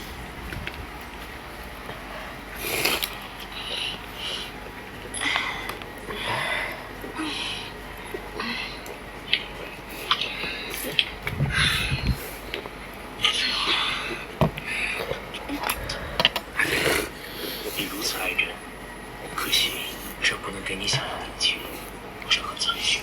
老板最爱的招数便是画大饼，我同情，但不错。卷完后宫卷朝堂，老娘迟早成为周国第一人。臣妾只想保护好陛下和肚子里的孩子，不让他们被别人所害。爱妃不怕，朕虽然不能时刻活在你的身边，但如今你已贵为淑妃，不如就协助皇后一起管理六宫吧。陛下，臣妾才不要管理六宫，臣妾嫌麻烦。臣妾只想待在这永宁宫，每天晚上等着陛下来看我。璇儿，别人都争得头破血流的东西，你怎么弃之如履啊？不行，这次是需要听朕的话，只有这样，朕才放心。老板主动提升职，我才能勉为其难的升职。毕竟没有一个老板不对野心勃勃的下属欣赏反复。待我掌握好。璇儿，别人都争得头破血流，不如就协助皇后一起管理六宫吧。陛下，臣妾才不要管理六宫，臣妾嫌麻烦。臣妾只想待在这永宁宫，每天晚上等着陛下来看我。璇儿，别人都争得头破血流的东西，你怎么弃之如履啊？不行，这次没有一个老板你啱走嗰陣時，包就包垃圾出去落咁啊！待我掌握后宫的权力，便能培养亲信，扩大势力。休想！是要本宫还是皇后娘娘？苏璇见腹中胎儿安危已时，向陛下讨要协助您管理后宫之权，陛下已经答应。娘娘呀，你可要早做打算呀！皇后这么说，可真是折煞臣妾了。臣妾本来不想要的，嫌麻烦，但是皇上非要抱着臣妾说，只有权力掌握在自己手上，才能护住心爱之人。素璇，你这是在向本宫炫耀吗？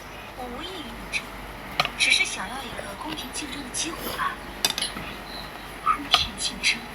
就你一个低等的商户，也配跟本宫提公平竞争？有何不可？王侯将相宁有种，更何况能者居上。就凭你也不配，你这一辈子都不配得到本宫的一切权力、地位、尊崇。我虽然出身不如你，但论敬业爱岗，整个后宫都没人能比得上我。你做不到，就不要占着茅坑不拉屎。小主，陛下，陛下，臣妾肚子很痛。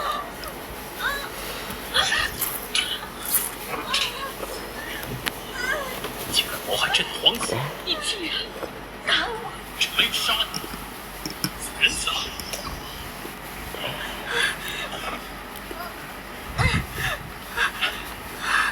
苏轼，分明是你故意激怒我，你少在这里装可怜。非常时期，非常手段。我为了自保，等陣啊，只能先飲埋呢支先。皇后，对不起吧。陛下，皇后说臣妾只是个商户女，没有资格染指后宫的权利，还说臣妾是个只会勾引男人的狐狸精吧？你撒谎！皇后，朕一直以为端庄识大体，没想到竟然极度。我都話叫你唔好綁住我啦，係咪聾㗎啦？定耳仔有問題啦？你冇鬚刨咩？又唔剃鬚？出手傷人了。璇儿，你啊，自己啲拎翻出去啊，啲碗啊！为贤妃害你，如今你还替皇后求情，以後就由你來制。你都日日都唔知喺度做咩，鬚你又唔剃啊！我叫你做呢樣，你又走去做嗰樣，一講到明啊，同你講啊，唔好講垃圾袋住，你自己認咗話好好好。如果你啊加英文又唔識聽，中文你又唔識聽。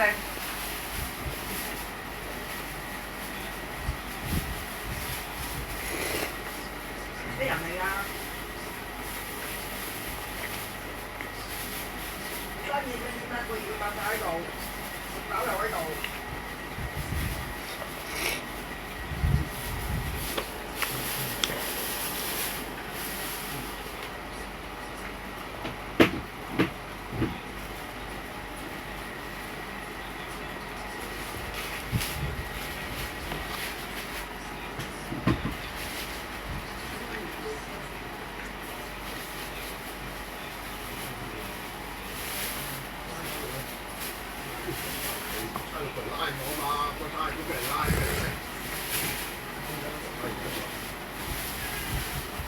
人人睇到拉鳩你。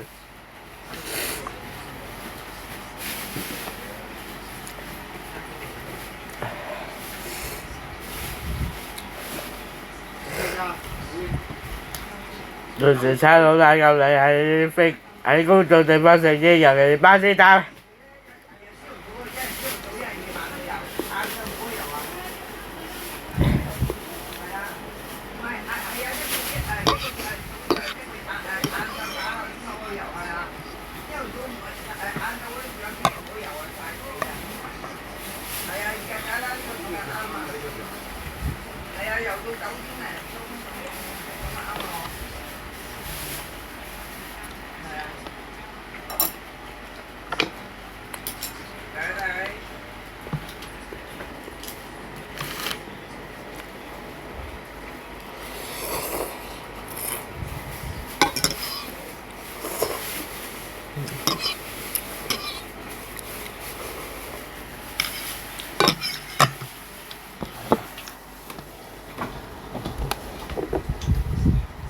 睇住倒瀉啊！自己攞去瓷盤嗰度。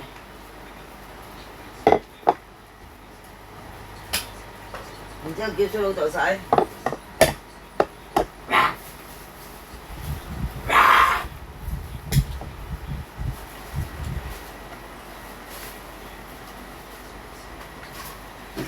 唔使咪。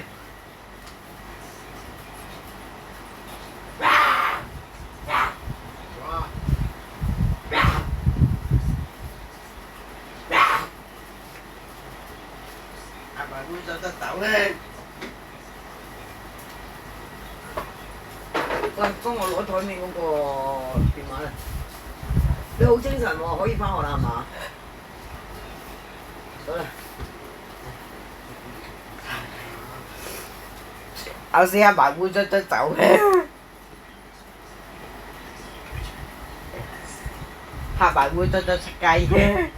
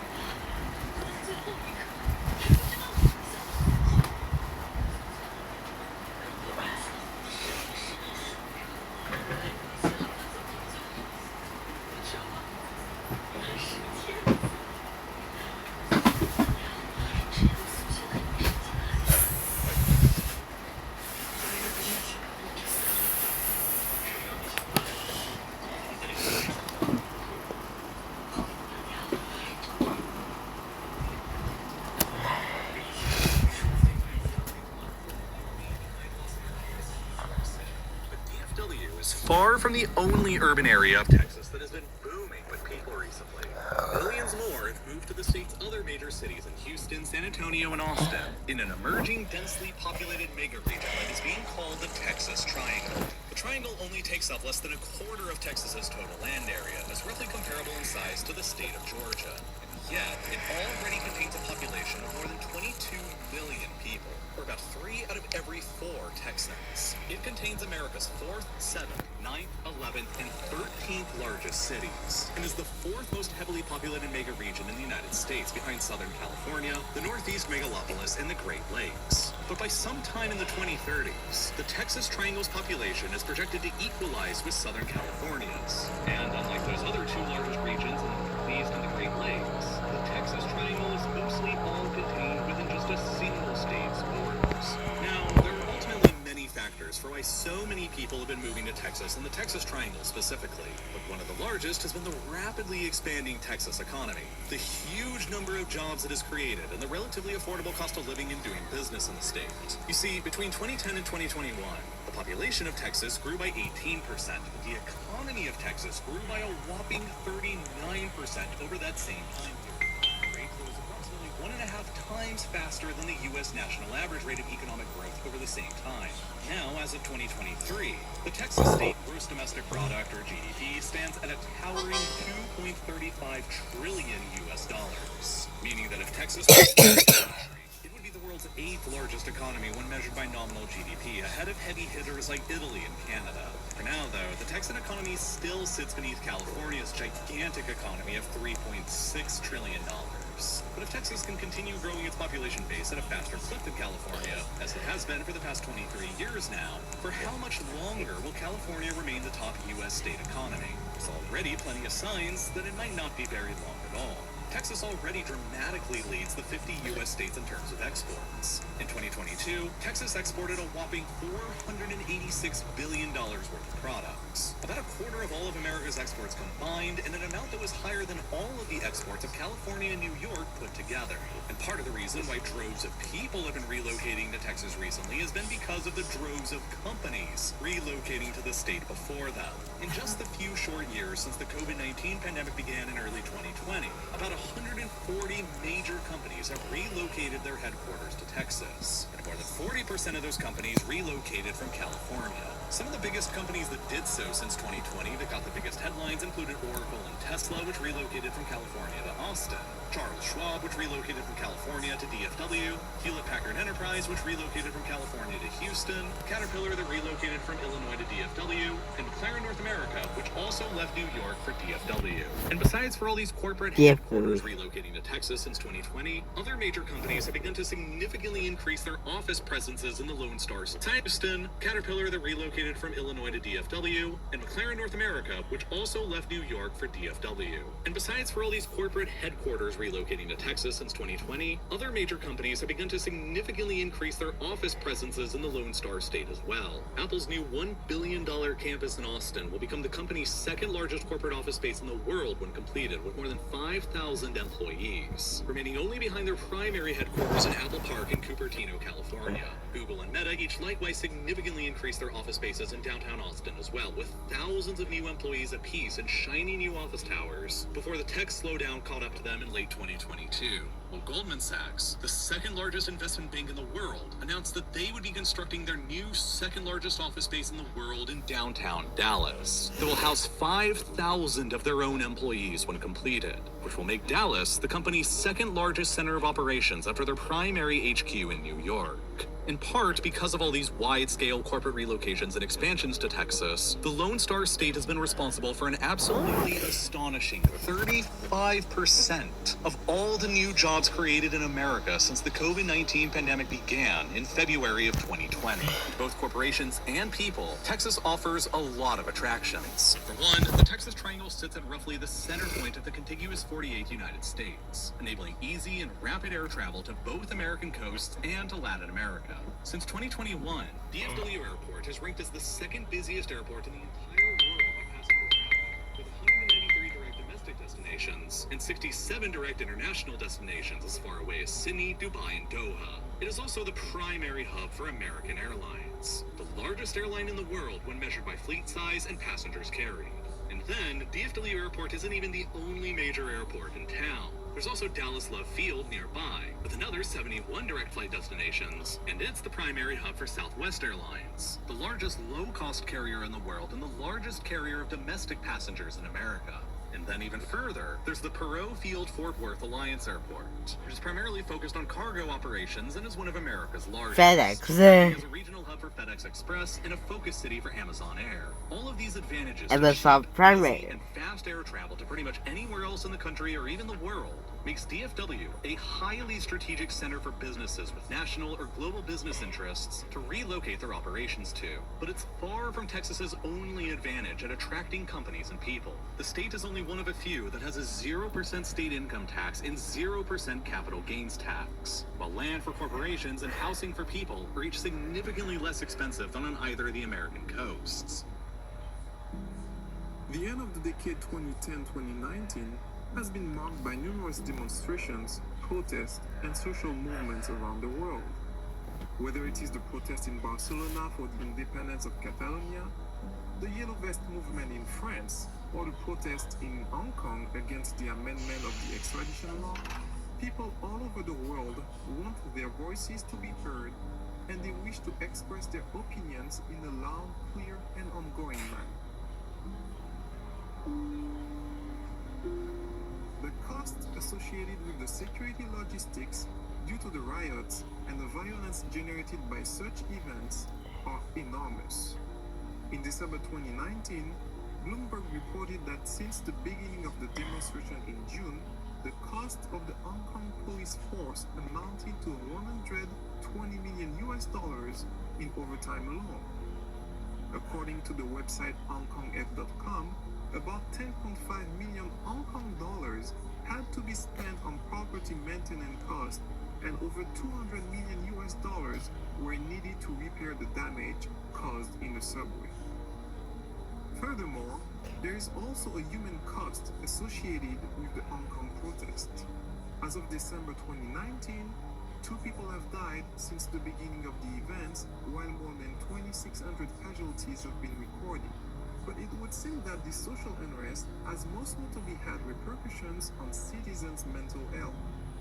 According to a study published in the British magazine The Lancet, post-traumatic stress disorder and depressions have risen sharply amongst Hong Kongers since the start of the pro-democracy demonstrations.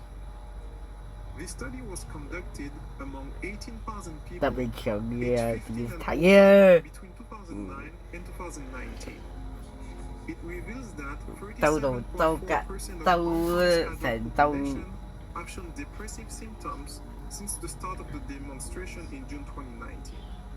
11% of the population reported probable depression or suspected PTSD since the beginning of the crisis, which is 6 times higher than in 2014 before the Umbrella movement. This increase is comparable to those experiencing large-scale disasters, armed conflicts, or terrorist attacks. Suicidal thoughts were also reported in the study.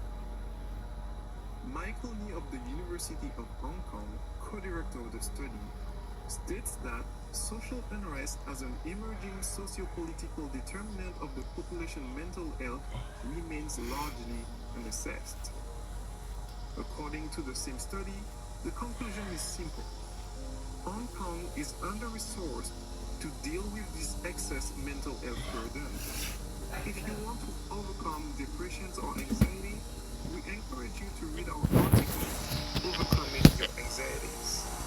You will find some vital keys that will bring you the peace of mind that you seek and that will literally change the course of your life. If you like this video, please like, comment, and subscribe. And for more content like this, please visit our website at tomorrowsworldviewpoint.org.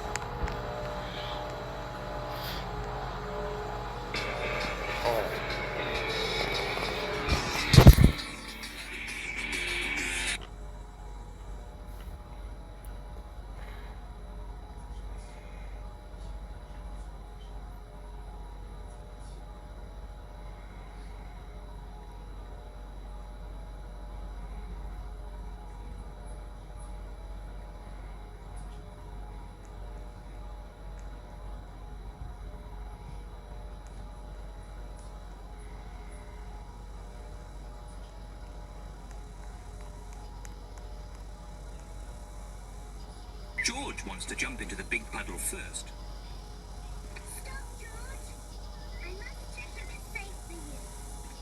Yeah.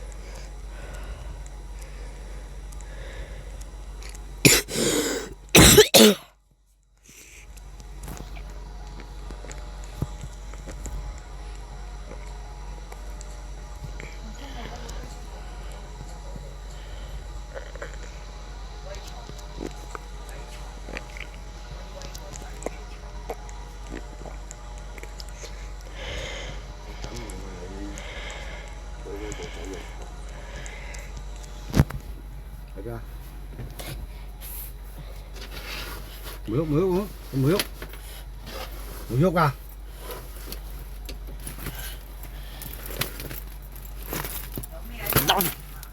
咩啊？咩有咩啊？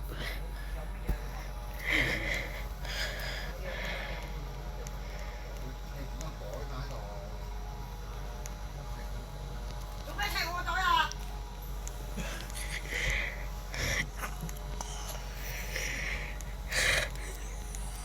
就咁你個袋喺度裝35包電筋，然後呢度講踢爆你。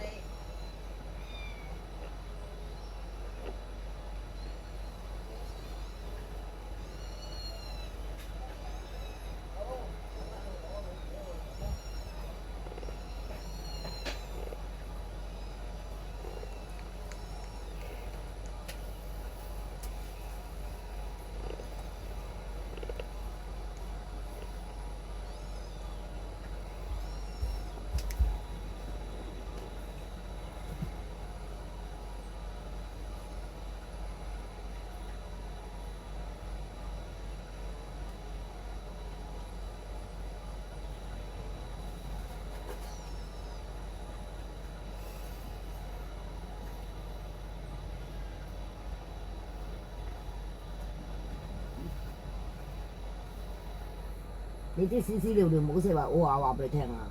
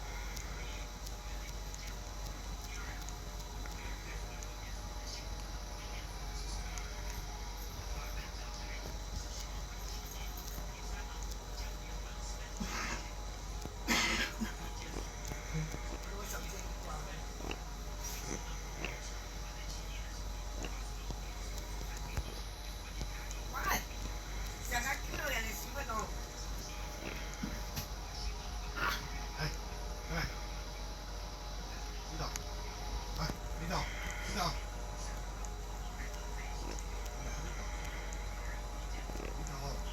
死㗎，叫佢咬我呢度。呢度叫咬啫，要咬啫嘛。咬嘢。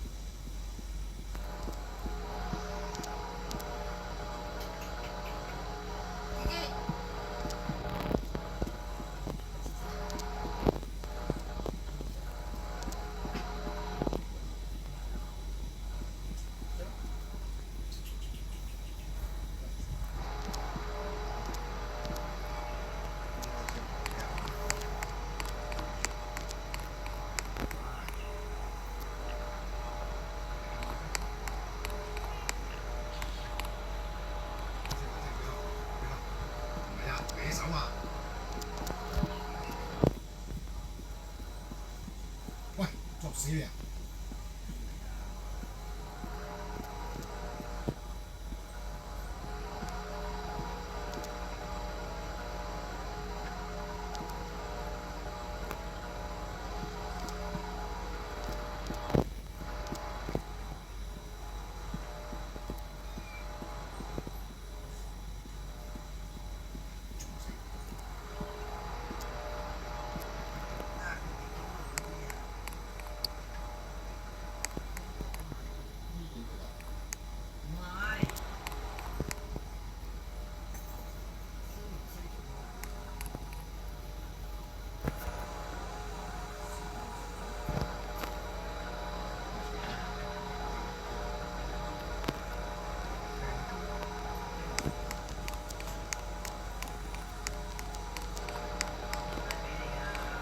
屌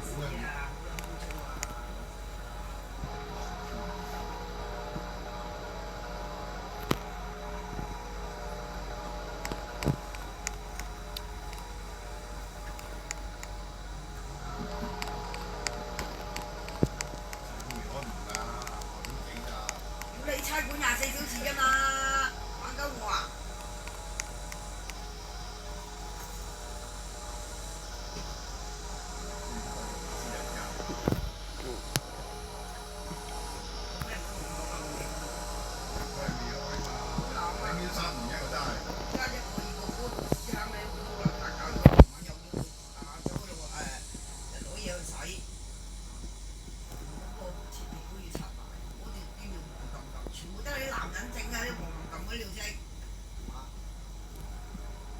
女人唔會咁樣嘅，話俾你聽。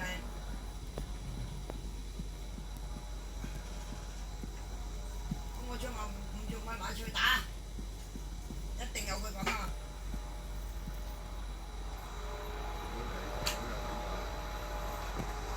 係啊，因為冇踎喺度啊嘛，你哋個個企喺度噶嘛。係啊，唔係你哋係邊個咁？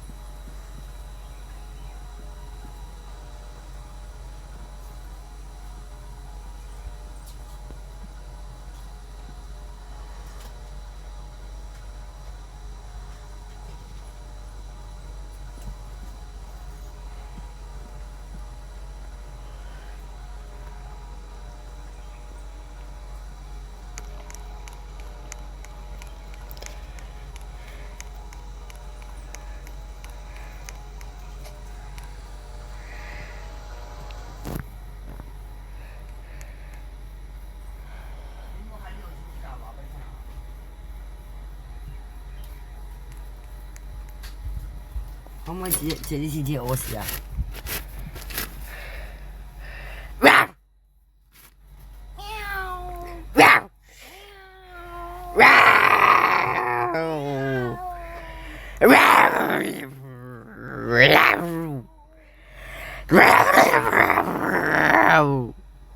阿雪雪又想入去同我喺又想入去嘅嗰隻。芝芝，你做乜嘢啊？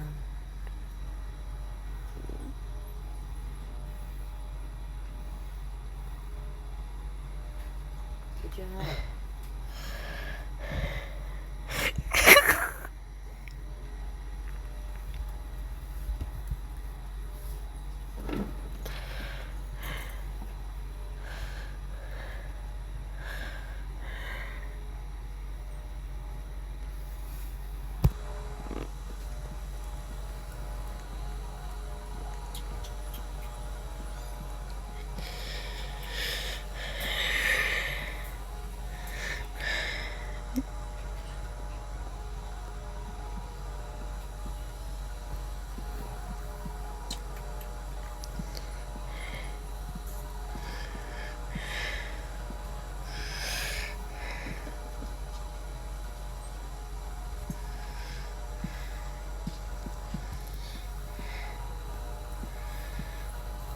唔同你玩我屙屎。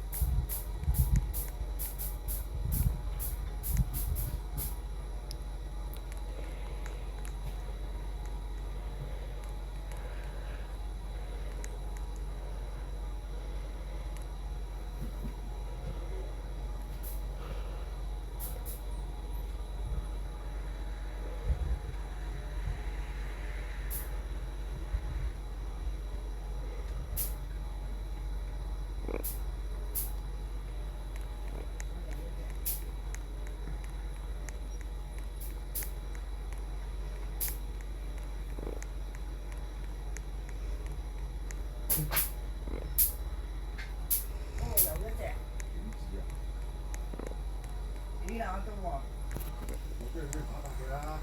真係咬我屎忽咬得咁過癮啊！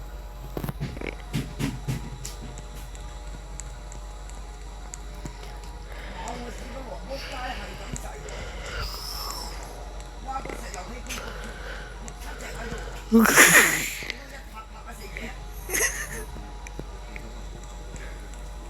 咩啊？淨係個石油氣樽啊，都焗住8隻啊！我打死，我一拍拍，我拍死咗4隻啊！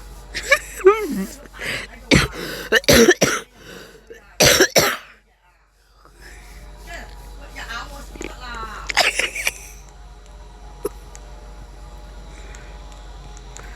你睇我呢度貓就損晒啦，呢度啊，呢度全部損晒啦，俾你咬到。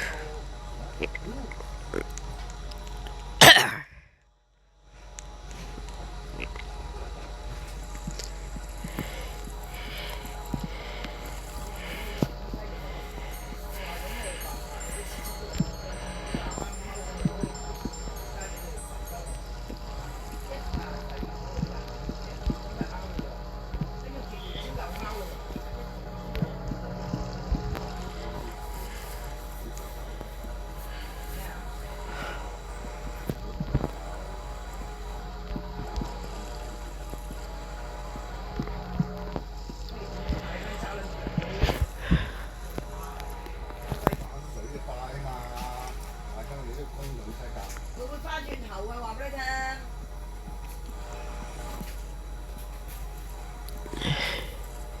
我個仔嘅次次人生係做過廁所好多蚊啊！係嘛？喂喂，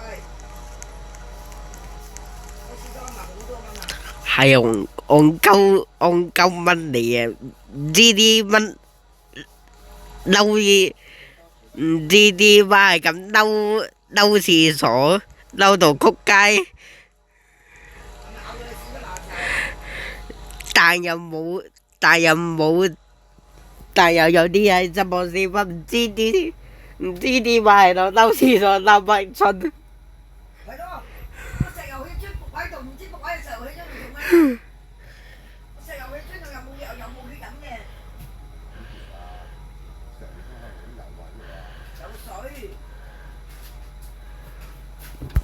啲蚊中意伏喺啲水㗎嘛，有啲水因為會射啲水入去啊嘛，嗰啲石油氣樽有啲。唔好攞屎嚿錢啊！喺呢度，你係剪完又唔就吸地下，次次都係咁。冇啊，我整緊嘢啊。咁你老味攞出嗰個嚟咩啊？出嗰個指甲片啊，翻嚟啊！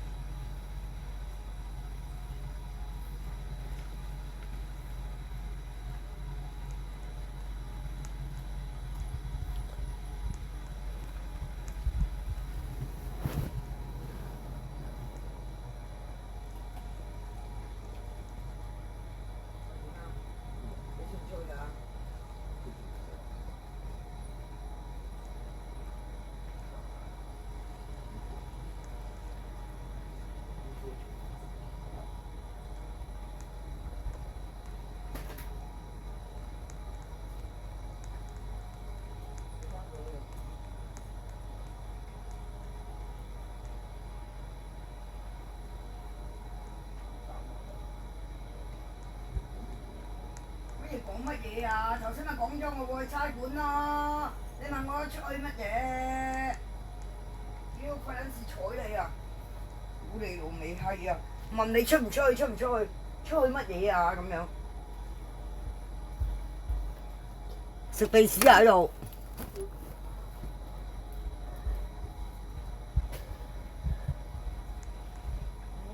最撚憎你呢啲人，乜撚嘢都話，屌你老味！我好似仆街，好似播音機咁重複又重複，重複又重複，嚇！屌你老味都話撚咗俾你聽，我去差館啊，搞花威威啲嘢啦！你問我出去乜嘢？出去死啊！出去乜嘢？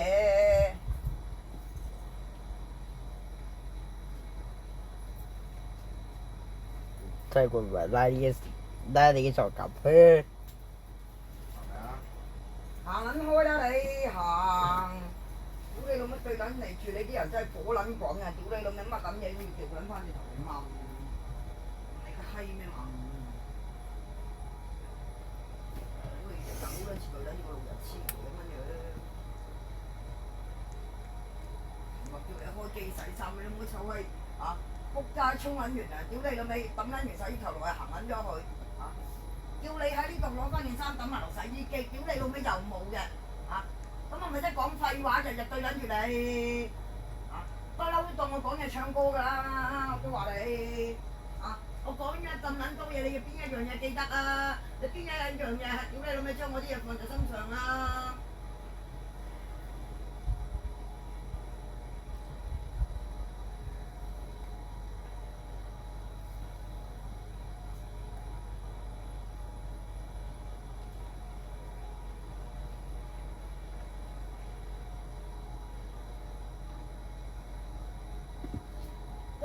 幾時去攞身份證啊？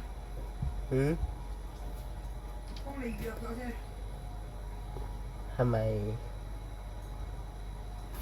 嗰班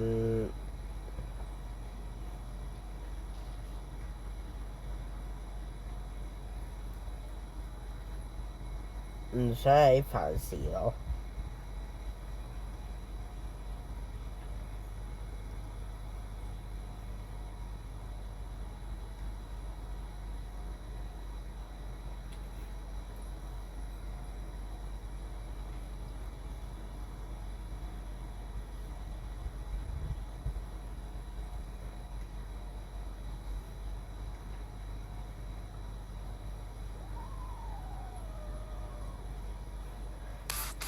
嗱，隻米啊癲喺間店。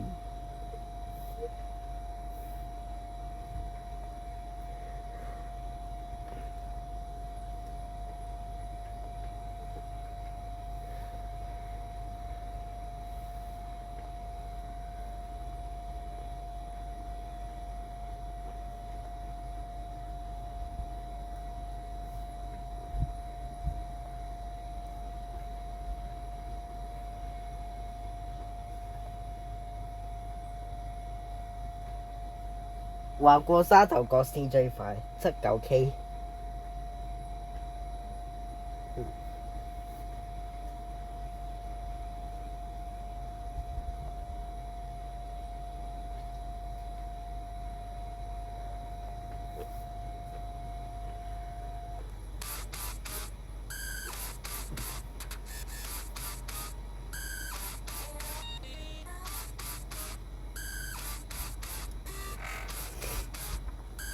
體育館上車就直接幾個站之後就係碧峰路，即係迴旋處個，即係迴旋處個站，即係近粉嶺消防局嘅迴旋處。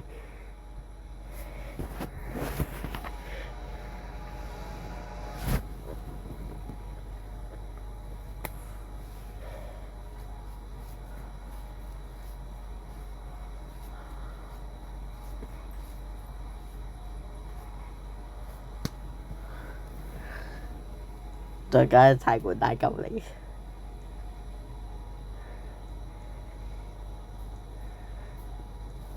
幼稚園嗰邊又包住個差館。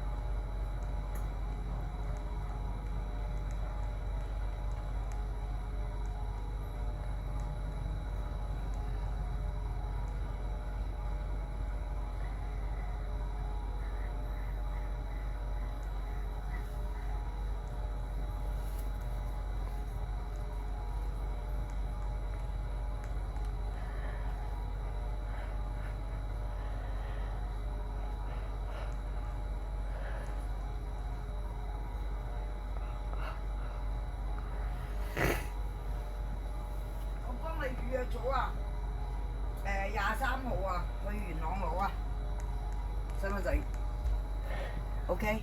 即係都係之前就屯門，而家調去元朗。係啊，唔係，之前係火炭。火炭或石門。係啊，唔係，石門係攞回鄉卡嘅。OK。我出去同佢去補領咩先啊 ？OK。嗯。補領張證。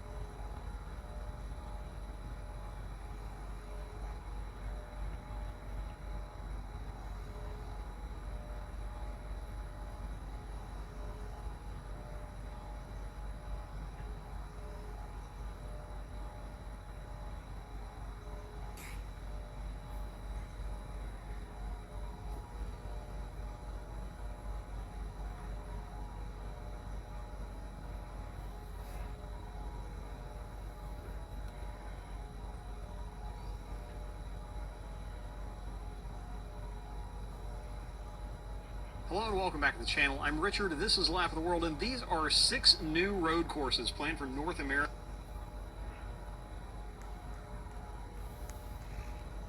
Boost your mobile game's revenue with rewarded ads. Unlike regular ads, rewarded ads are a part of the game. They're non-intrusive. Planned for North America in 2025.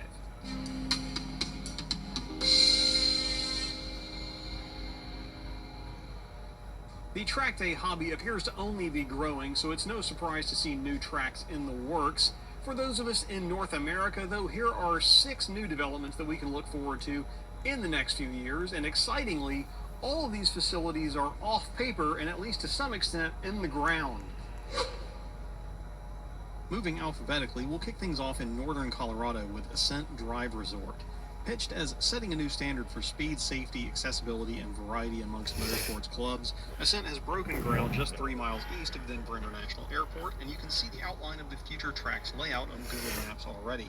As the resort part of the name implies, though, their plans don't stop at just the circuit. With 580 acres to play with, the Ascent team have big plans for the property, including a fully appointed karting facility, vehicle dynamics pad, and a whole 160 acres dedicated to accommodating the large Colorado off-road enthusiast community. Amid all of that will be a few hundred luxury car condos, on-site vehicle storage, and assorted car prep infrastructure. Of course, the part we're most interested in is the planned 3.75 mile and what looks like about 23 turns of road course that will be the centerpiece of the development.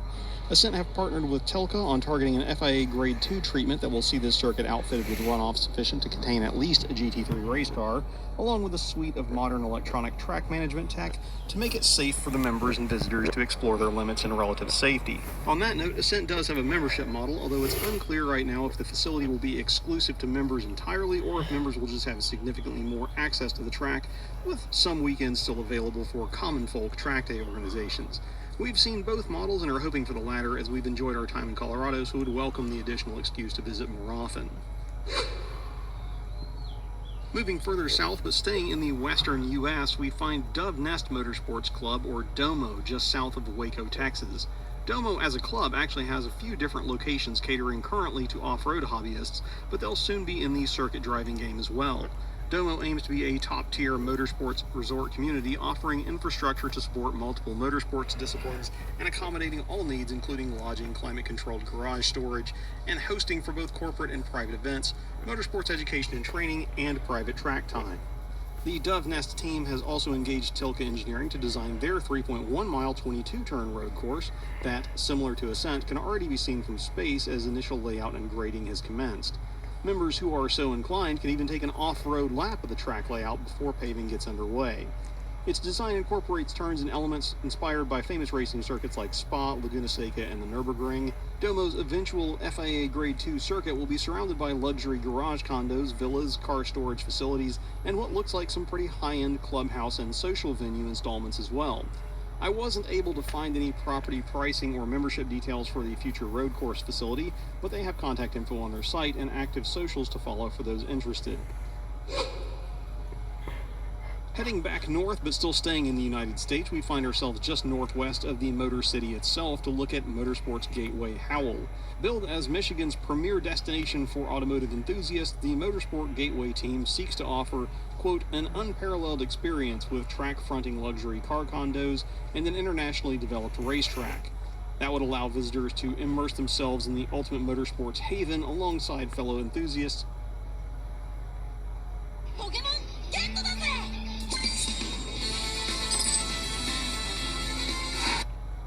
Driving Empire is going to be adding a new brand this Friday, but before we check them out, make sure to subscribe and drop a like in this video. But without further ado, let's get right into it.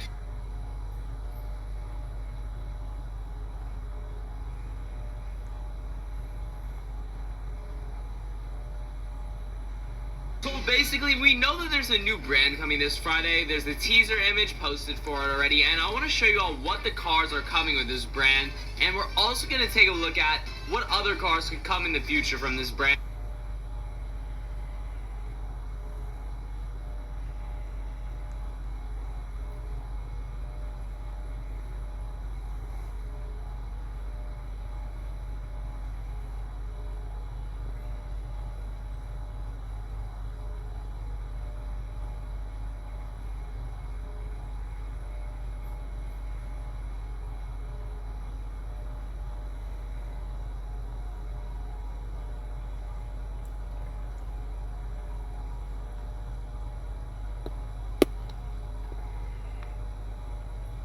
And so let me just go ahead and actually get to the page to show you what this brand is. So in the Driving Empire server, you can see they have 2 events. So a mass test, which is not what we're worried about today. Today we're worried about new brand. A new brand is joining Driving Empire. And we saw it's coming May 23rd, this Friday. And we can see actually here an image of these 2 cars. Now, at first it might be like, whoa, what are these? You can't really tell. They're just kind of blobs of pixels. But I think I might have figured it out. So it's a brand that I was expecting for a while. So I'm definitely, I know what it is right now. It's a brand called Spyker. You might have never heard of them. So let me just show you all some of the cars that Spyker makes. And then we'll actually take a look at another game that already has Spyker licensed. Alright, so I've looked up Spyker to show you all. This is their most popular model that a lot of people know. In my opinion, I'm gonna be honest, people either love it or hate it. I'm one of the people who doesn't like it. I'm not gonna say I hate it, I guess, but I don't love the design. I'm not too amazed with the appearance. I don't think it looks the best. I think it's a little bit ugly personally, but that's my opinion. It does have some cool doors. It's like Lambo style scissor doors.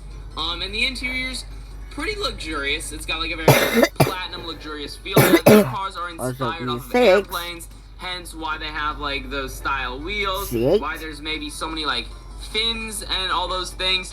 Basically it styles an airplane. Now the front end, it kind of looks like an Aston Martin, maybe a little bit of a Lotus there. This interior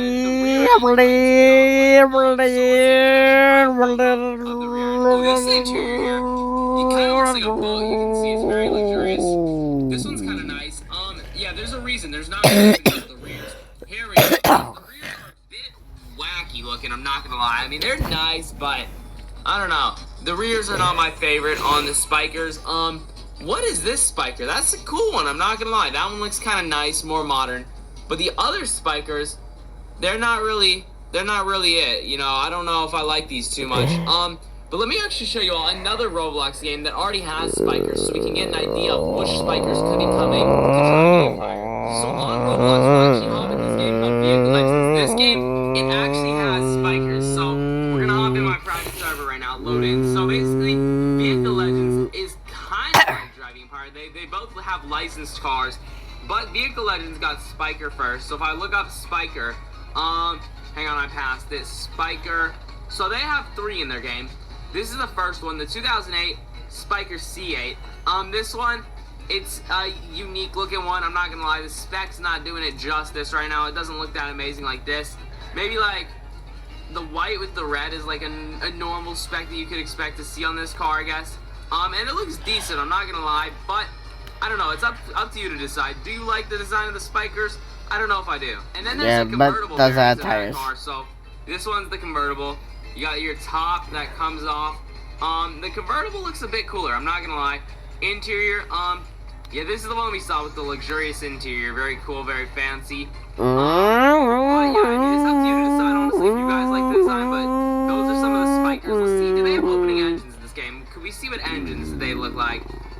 We do, okay, so, oh wait, no, is that their luggage? Are they front engine or rear engine? I think they might be front engine. It looks like a mid-engine car, I'm not gonna lie. Yeah, it is a mid-engine, because there's no engine here. The engine... 渣打 Banking 幫你密密賺你，連投資都有得賺你。旅程 upgrade 再 upgrade， 做埋亞洲萬里通里數定期存款，里數仲可以無上限咁賺。旅行有要求，享受無盡頭，從渣打 Banking 開始。Engine, oh, maybe you can't see it, it's convertible, that's why. Maybe the coupe, yup, we can see the engine back here now. Okay, here we go. Let's see. Can we open up the engine bay? I don't know. Is that just luggage again? It is. Okay, the engine's right here though. We got like a roof scoop into it.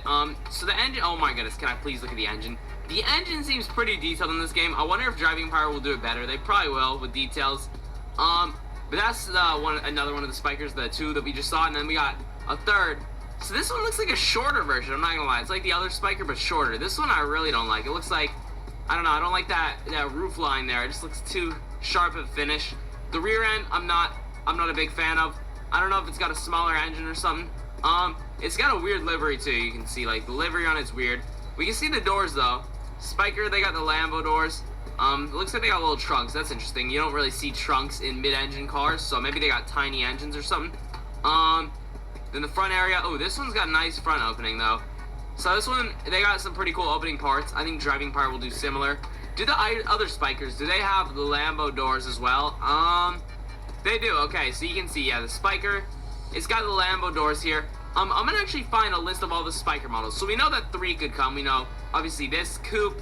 We know this convertible, which is the convertible, the one we just saw. And then the smaller baby version, that one can maybe come too. But let me look up some other Spiker models, see if there's any others. Alright, we found the official website of Spiker. So it looks like they got some new cars. Okay, I haven't seen these ones before. So let's open them all up. We're going to check all of them out right now. So this is the Spiker C8. But this is a more modern. Ooh, they fixed the rear end. I'm not going to lie. They might have cleaned it up. It looks kind of nice now. I like it. Okay. Okay. They kind of redid the Spiker and it looks better. I'm not going to lie. I'm not gonna lie. This new C8 might be the move if they add it to Driving Empire, dude.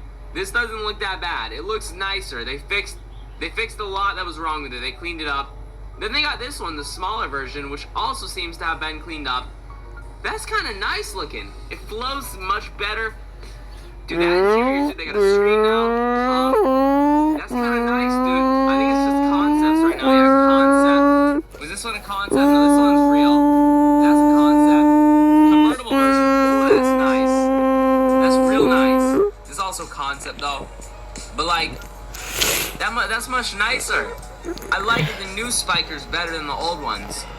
So maybe we could get these new Spikers. What other Spikers are there though? I don't know. I only saw the old one, or the new ones. I haven't seen the old ones.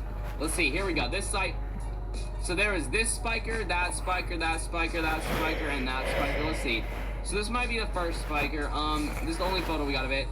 Oh wait, there's more. 12 photos. So this is the first Spiker. Okay. Kind of like the one we had in Vehicle Legends, but this one might be a 12-cylinder. It looks longer. It has 4 exhausts. This is the one I think that was in Vehicle Legends, maybe. Oh wait, no, this one still looks a little bit different. Interesting. This one is the one that might be in Vehicle Legends. Okay. This one's seeming like the one that, yep, they got. And then there's the new Spiker, okay? And then there's this Spiker. Okay, so there's a lot of them. They all basically look the same, just a little bit longer, a little bit shorter, a little bit different lines here and there. So you'll get it, you know, maybe we're getting some of these interesting Spikers. Now, based on the photos that Driving Empire gave us, let me actually find those. So, based on these photos, for my professional judgment, it looks to me like these Spikers, we're gonna get the convertible version and the coupe version, for now. So just 2, and it looks like it's the convertible and coupe that we saw in Vehicle Legends. That's my guess. Like, I can show you all right now. If we switch over to Roblox, hold up, let's hop in. There we go, we're in. It looks to me like this Spiker, especially that orange color that it was stock, you know that, and then this one, it really looks to me like those 2 are the cars we're getting in Driving Empire this week. But I do think that's going to be everything for today's video. I truly hope you guys enjoyed. If you did, make sure to drop a like. I would truly appreciate it. Subscribe to the notification bell so you never miss another upload. Check the video on screen here. YouTube, thanks for liking, and I will see you all in the next one. Peace.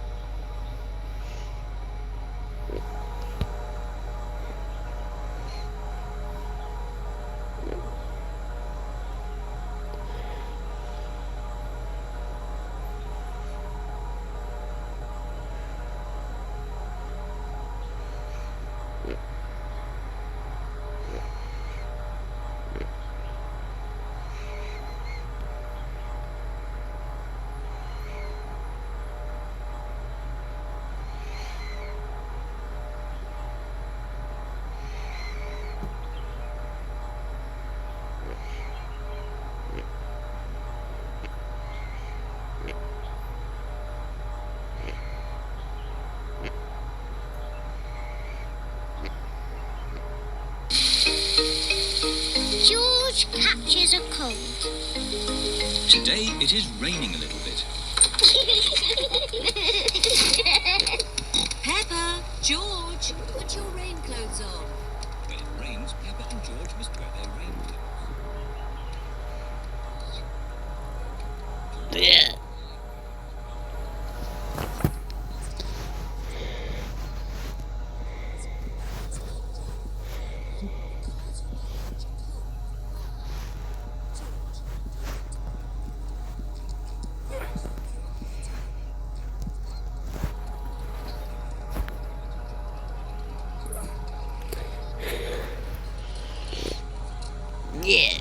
Yeah.